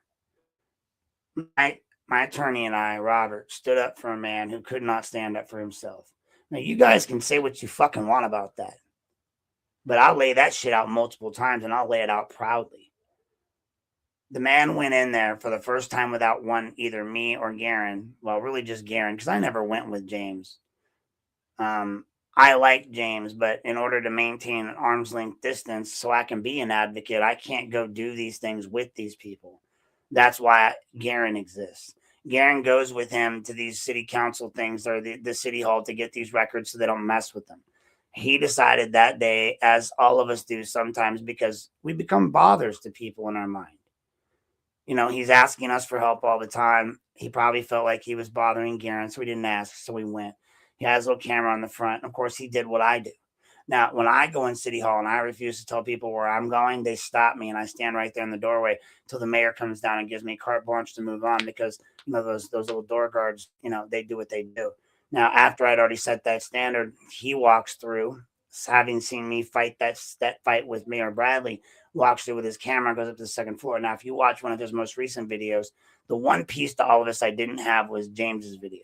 So I have the court's videos, and the court's videos show Mihawk doing everything that he did. But James' video showed something very unique. Mihawk coming out to the clerk's office and yelling at James. And that's where that whole put that on your Facebook came from. Now, for the record, Tia Hilton wanted to say online in front of Mr. Tucker's podcast that James, she didn't name him by name, but that James was sitting in the audience of a courtroom videoing the court. Well, first off, that would have been illegal. You're not allowed to do that. Without the court's permission, you can't just video or audio record in a courtroom. I believe you should know that, Miss Sultan, because rumor has it that you may have recorded some stuff in a courtroom before. But, the bottom line is that you can't do that. You can't record in a courtroom. That's illegal. And James knows that. All auditors, all people that are recording now to protect themselves know when and where they can record. This is why I'm so obtuse, according to James Horn, when I go into the city council meetings and make demands of these people. Well, they're not demands. They're requests to follow the law. And when James came in that building with a camera on that day, just like I now carry, because he inspired me to carry a camera everywhere I go. He had that little handheld camera thing. I got a little body camera that fits right here. The body camera goes there. I have yet to go down and test that theory with the city, but I don't really want to test it while Mihawk's there because I don't want to give a guy on his last day a reason to lock me up for 30 days. But that's what he did to James. James came in there to get paperwork on an appeal that he had been working on against Mihawk. Has nothing to do with me, right? Like, I like James. I followed James's case. I haven't worked on James's case. James's case is not the kind that falls in my purview usually. If you watch the videos, you should be able to piece together. James was out at his ex-girlfriend's house or girlfriend's house, God rest her soul, who has since passed on for different reasons. And she gave the officers knowledge that he was there for a reason. His issues revolve around very tiny, minute constitutional issues in your mind.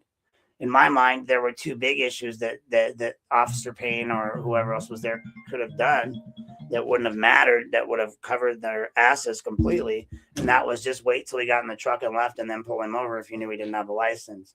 The bigger question of answering when someone's on the streets and you ran their license plate versus you walked up on them in a public place and not having had any information other than having been called on. There is the question he has about the keys and all these things. And I would be more likely than not to believe you over him if it wasn't for the fact that you guys have consistently proven yourselves to be liars. And it starts with your chief. Why wouldn't you be a liar, Payne, if Chief McCann was a liar? Why wouldn't, Morris lied because Chief McCann told him to. Admittedly, other officers have done so. So why wouldn't they lie for their chief? Why wouldn't they lie against James to arrest the black man here in Lorain? I mean, again, justify narratives. I've seen how many times James has been in front of Mihawk and in front of these cops in these courts. You don't think they don't know his name? You realize now when I walk up to a police car, the first thing they say is, "Good afternoon, Mr. Knapp. Good morning, Mr. Knapp. Good evening, Mr. Knapp." That tone's changed. It used to be, "What do you want? Why are you here? Why do you care? What does it matter? Give us this, give us that." I had to work all these years to get that kind of respect so they wouldn't disrespect me. But I guess if I'd have just grown up jacking my, you know what, with everybody else in Lakewood Park or Lakeview Park, I'd be fine. You shouldn't have to work for that kind of respect from the government or from government agencies. And if you guys believe that, then you're fucked up, more fucked up than I thought.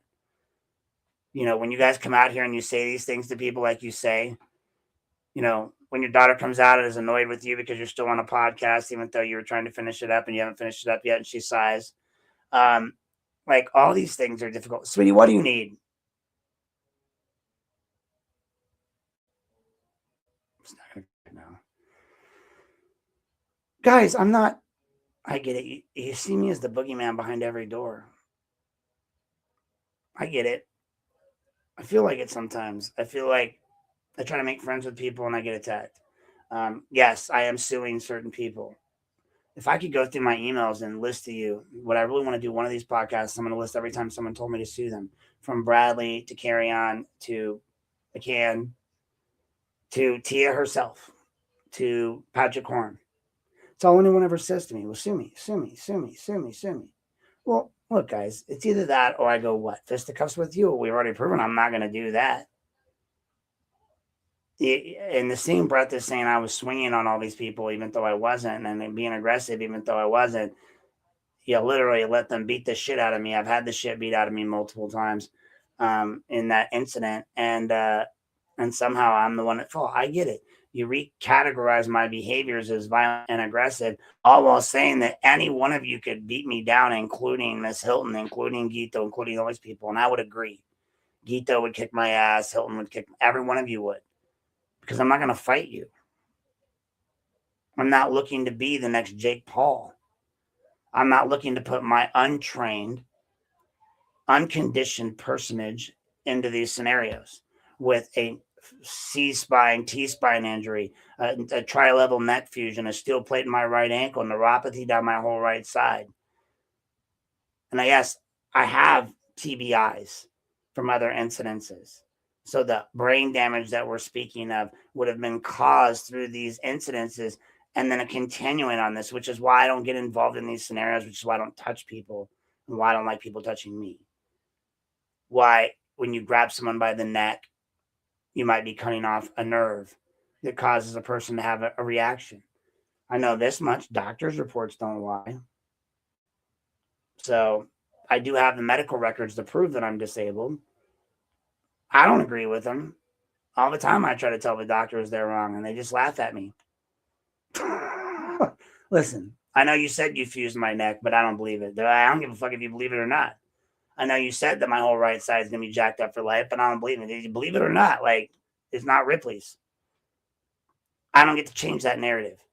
You also don't get to change the narrative that you don't get to manhandle people in your life. When Lieutenant Swanger came up and touched me, I thought it was assault, because in California, that is assault. In Ohio, it's not. That's why I initially stated it. And every place I've ever been, people want to touch you. Their narrative is that Aaron's a bad guy. Aaron has problems in bars. Aaron has this. Aaron has that. Why is it that maybe I'm just outspoken and maybe I'm not the one putting hits on people? Maybe people have been putting hits on me. Because I find it awfully strange someone no one knows suddenly is the talk of the town, that no one watches on podcasts suddenly is known everywhere they go. Someone that no one knows as their last name known by every cop in town. Someone who's unknown, who's basically a problem, who is a nobody. But yet the emails that, and again, I want you to acknowledge this. When I asked for the Mary Springowski and the law department emails, the one thing I didn't ask for was emails that I sent them or emails between them and me, or them and I. And so if I didn't ask for emails between Springowski and I, or emails between counsel and I, or emails between the law department and I, that should cut down a shit ton of email requests from Aaron, right? Because I'm the one sending all the emails, not them. Yet they're telling me now that Mary Springowski's emails alone are too voluminous to produce in the moment. Emails I've been asking for since August, September, October, November, December. What's that tell you? How is one city councilwoman using her city council email that mentions my name specifically that many times? The fact they want to send it to her, that's part of that final records check. They said, we're going to send it to her too. She doesn't get to choose what gets to be put in and what doesn't. She sent the emails, Hillary. You don't just get to smash the servers, bro. You got to provide the emails. You know, the same accountability you would hold a Trump to or any of those other people to, but you won't hold yourselves to that standard, Democrat Party. If you're so confident in your words, Mary Springowski, provide your fucking emails.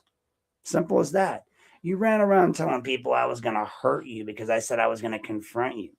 You've stood fucking 5 feet from me in multiple places, and never once have I said a word to you or been aggressive to you. The only time we spoke was at your health convention when we were there, and I went there because you were introducing me to your health people, and I was hoping to vote for you against Mayor Bradley. And then I heard you use the infamous term, well, because they don't appreciate it when we're in the bathrooms, low-income areas that have been destroyed, and why we wouldn't fix them. And I had to ask who they was. That was my professional feeling on it. I just didn't want to do it after that. And I had your sign in my front yard. But I've never tried to harm you or anyone. The audaciousness that Tia goes around telling people that. Sweetie, I'm not the one going online saying, I have guns, I'm Second Amendment, I'm this, I'm that. I am Second Amendment. Obviously, I'm suing the city of Lorain over the gun law, but I don't conceal carry anymore. And yes, it was an accident when I showed up at your house that day. My brother was talking to that girl behind you, and you know that because you sent her text messages and cussed her up one side and down the other for supposedly bringing us there. And that was the biggest confusion of the day of our lives. Why would I want to go near, your nephew or your husband's uncle or brother? I mean, like, didn't he just today, or yesterday, get arrested for pulled over for being drunk and having a firearm? Christopher Hilton. I could be wrong, but I believe that's the guy that lives across from me that you supposedly said he and his dad were outside that day to confront me. And now that I look at his picture, it does kind of look like him. Imagine my surprise pulling onto a cul-de-sac street in a shitty little fucking trailer park that I didn't want to be in to begin with, to pick up and be the third wheel for my brother's date to go to Whiskeyville. And you live right down the street from him. Apparently you live right behind her and I didn't know it. I don't know these trailer parks. Trailer parks, I've lived in one in my life. It was a nice one next to Yahoo. They all have the same name: Spindrift, Bindrift, Pindrift, Pine Drift, Sand Drift, Ocean Drift. Everything's got the same goddamn name. I didn't know you were, and you weren't there, apparently, according to what you said. You told the girl that we went to see to tell us to come back. This is not the voice of a scared woman. You keep coming at me. Everyone tells me I'm the one that should be scared. I don't care. Honestly, that's what happens. That's what happens. I don't care what people think. I don't care if you think, yes, I did absolutely lose the fight at the madhouse because I didn't fight. There wasn't a fight at the madhouse. There was a video of Aaron getting the living crap beat out of him, and that was it. Just like in any other scenario, I don't fight. I'm not going to fight. Just because you yell at me, just because you scream at me, just because you try to fight me, doesn't mean I fight back. And Miss Hilton herself has even said that numerous times in these videos about me fighting, not fighting back. But that rolls back to their idea that I'm a troublemaker, I'm a problem, that Garen's a troublemaker, he's a problem, that Gargis is a troublemaker, that James is a troublemaker. Anybody that asks for records is probably a troublemaker. Anybody that... If you requested the amount of records people are requesting, I'm not the biggest person requesting records. There's 2 or 3 people that we don't even know who they are. And they're hammering Lorain consistently.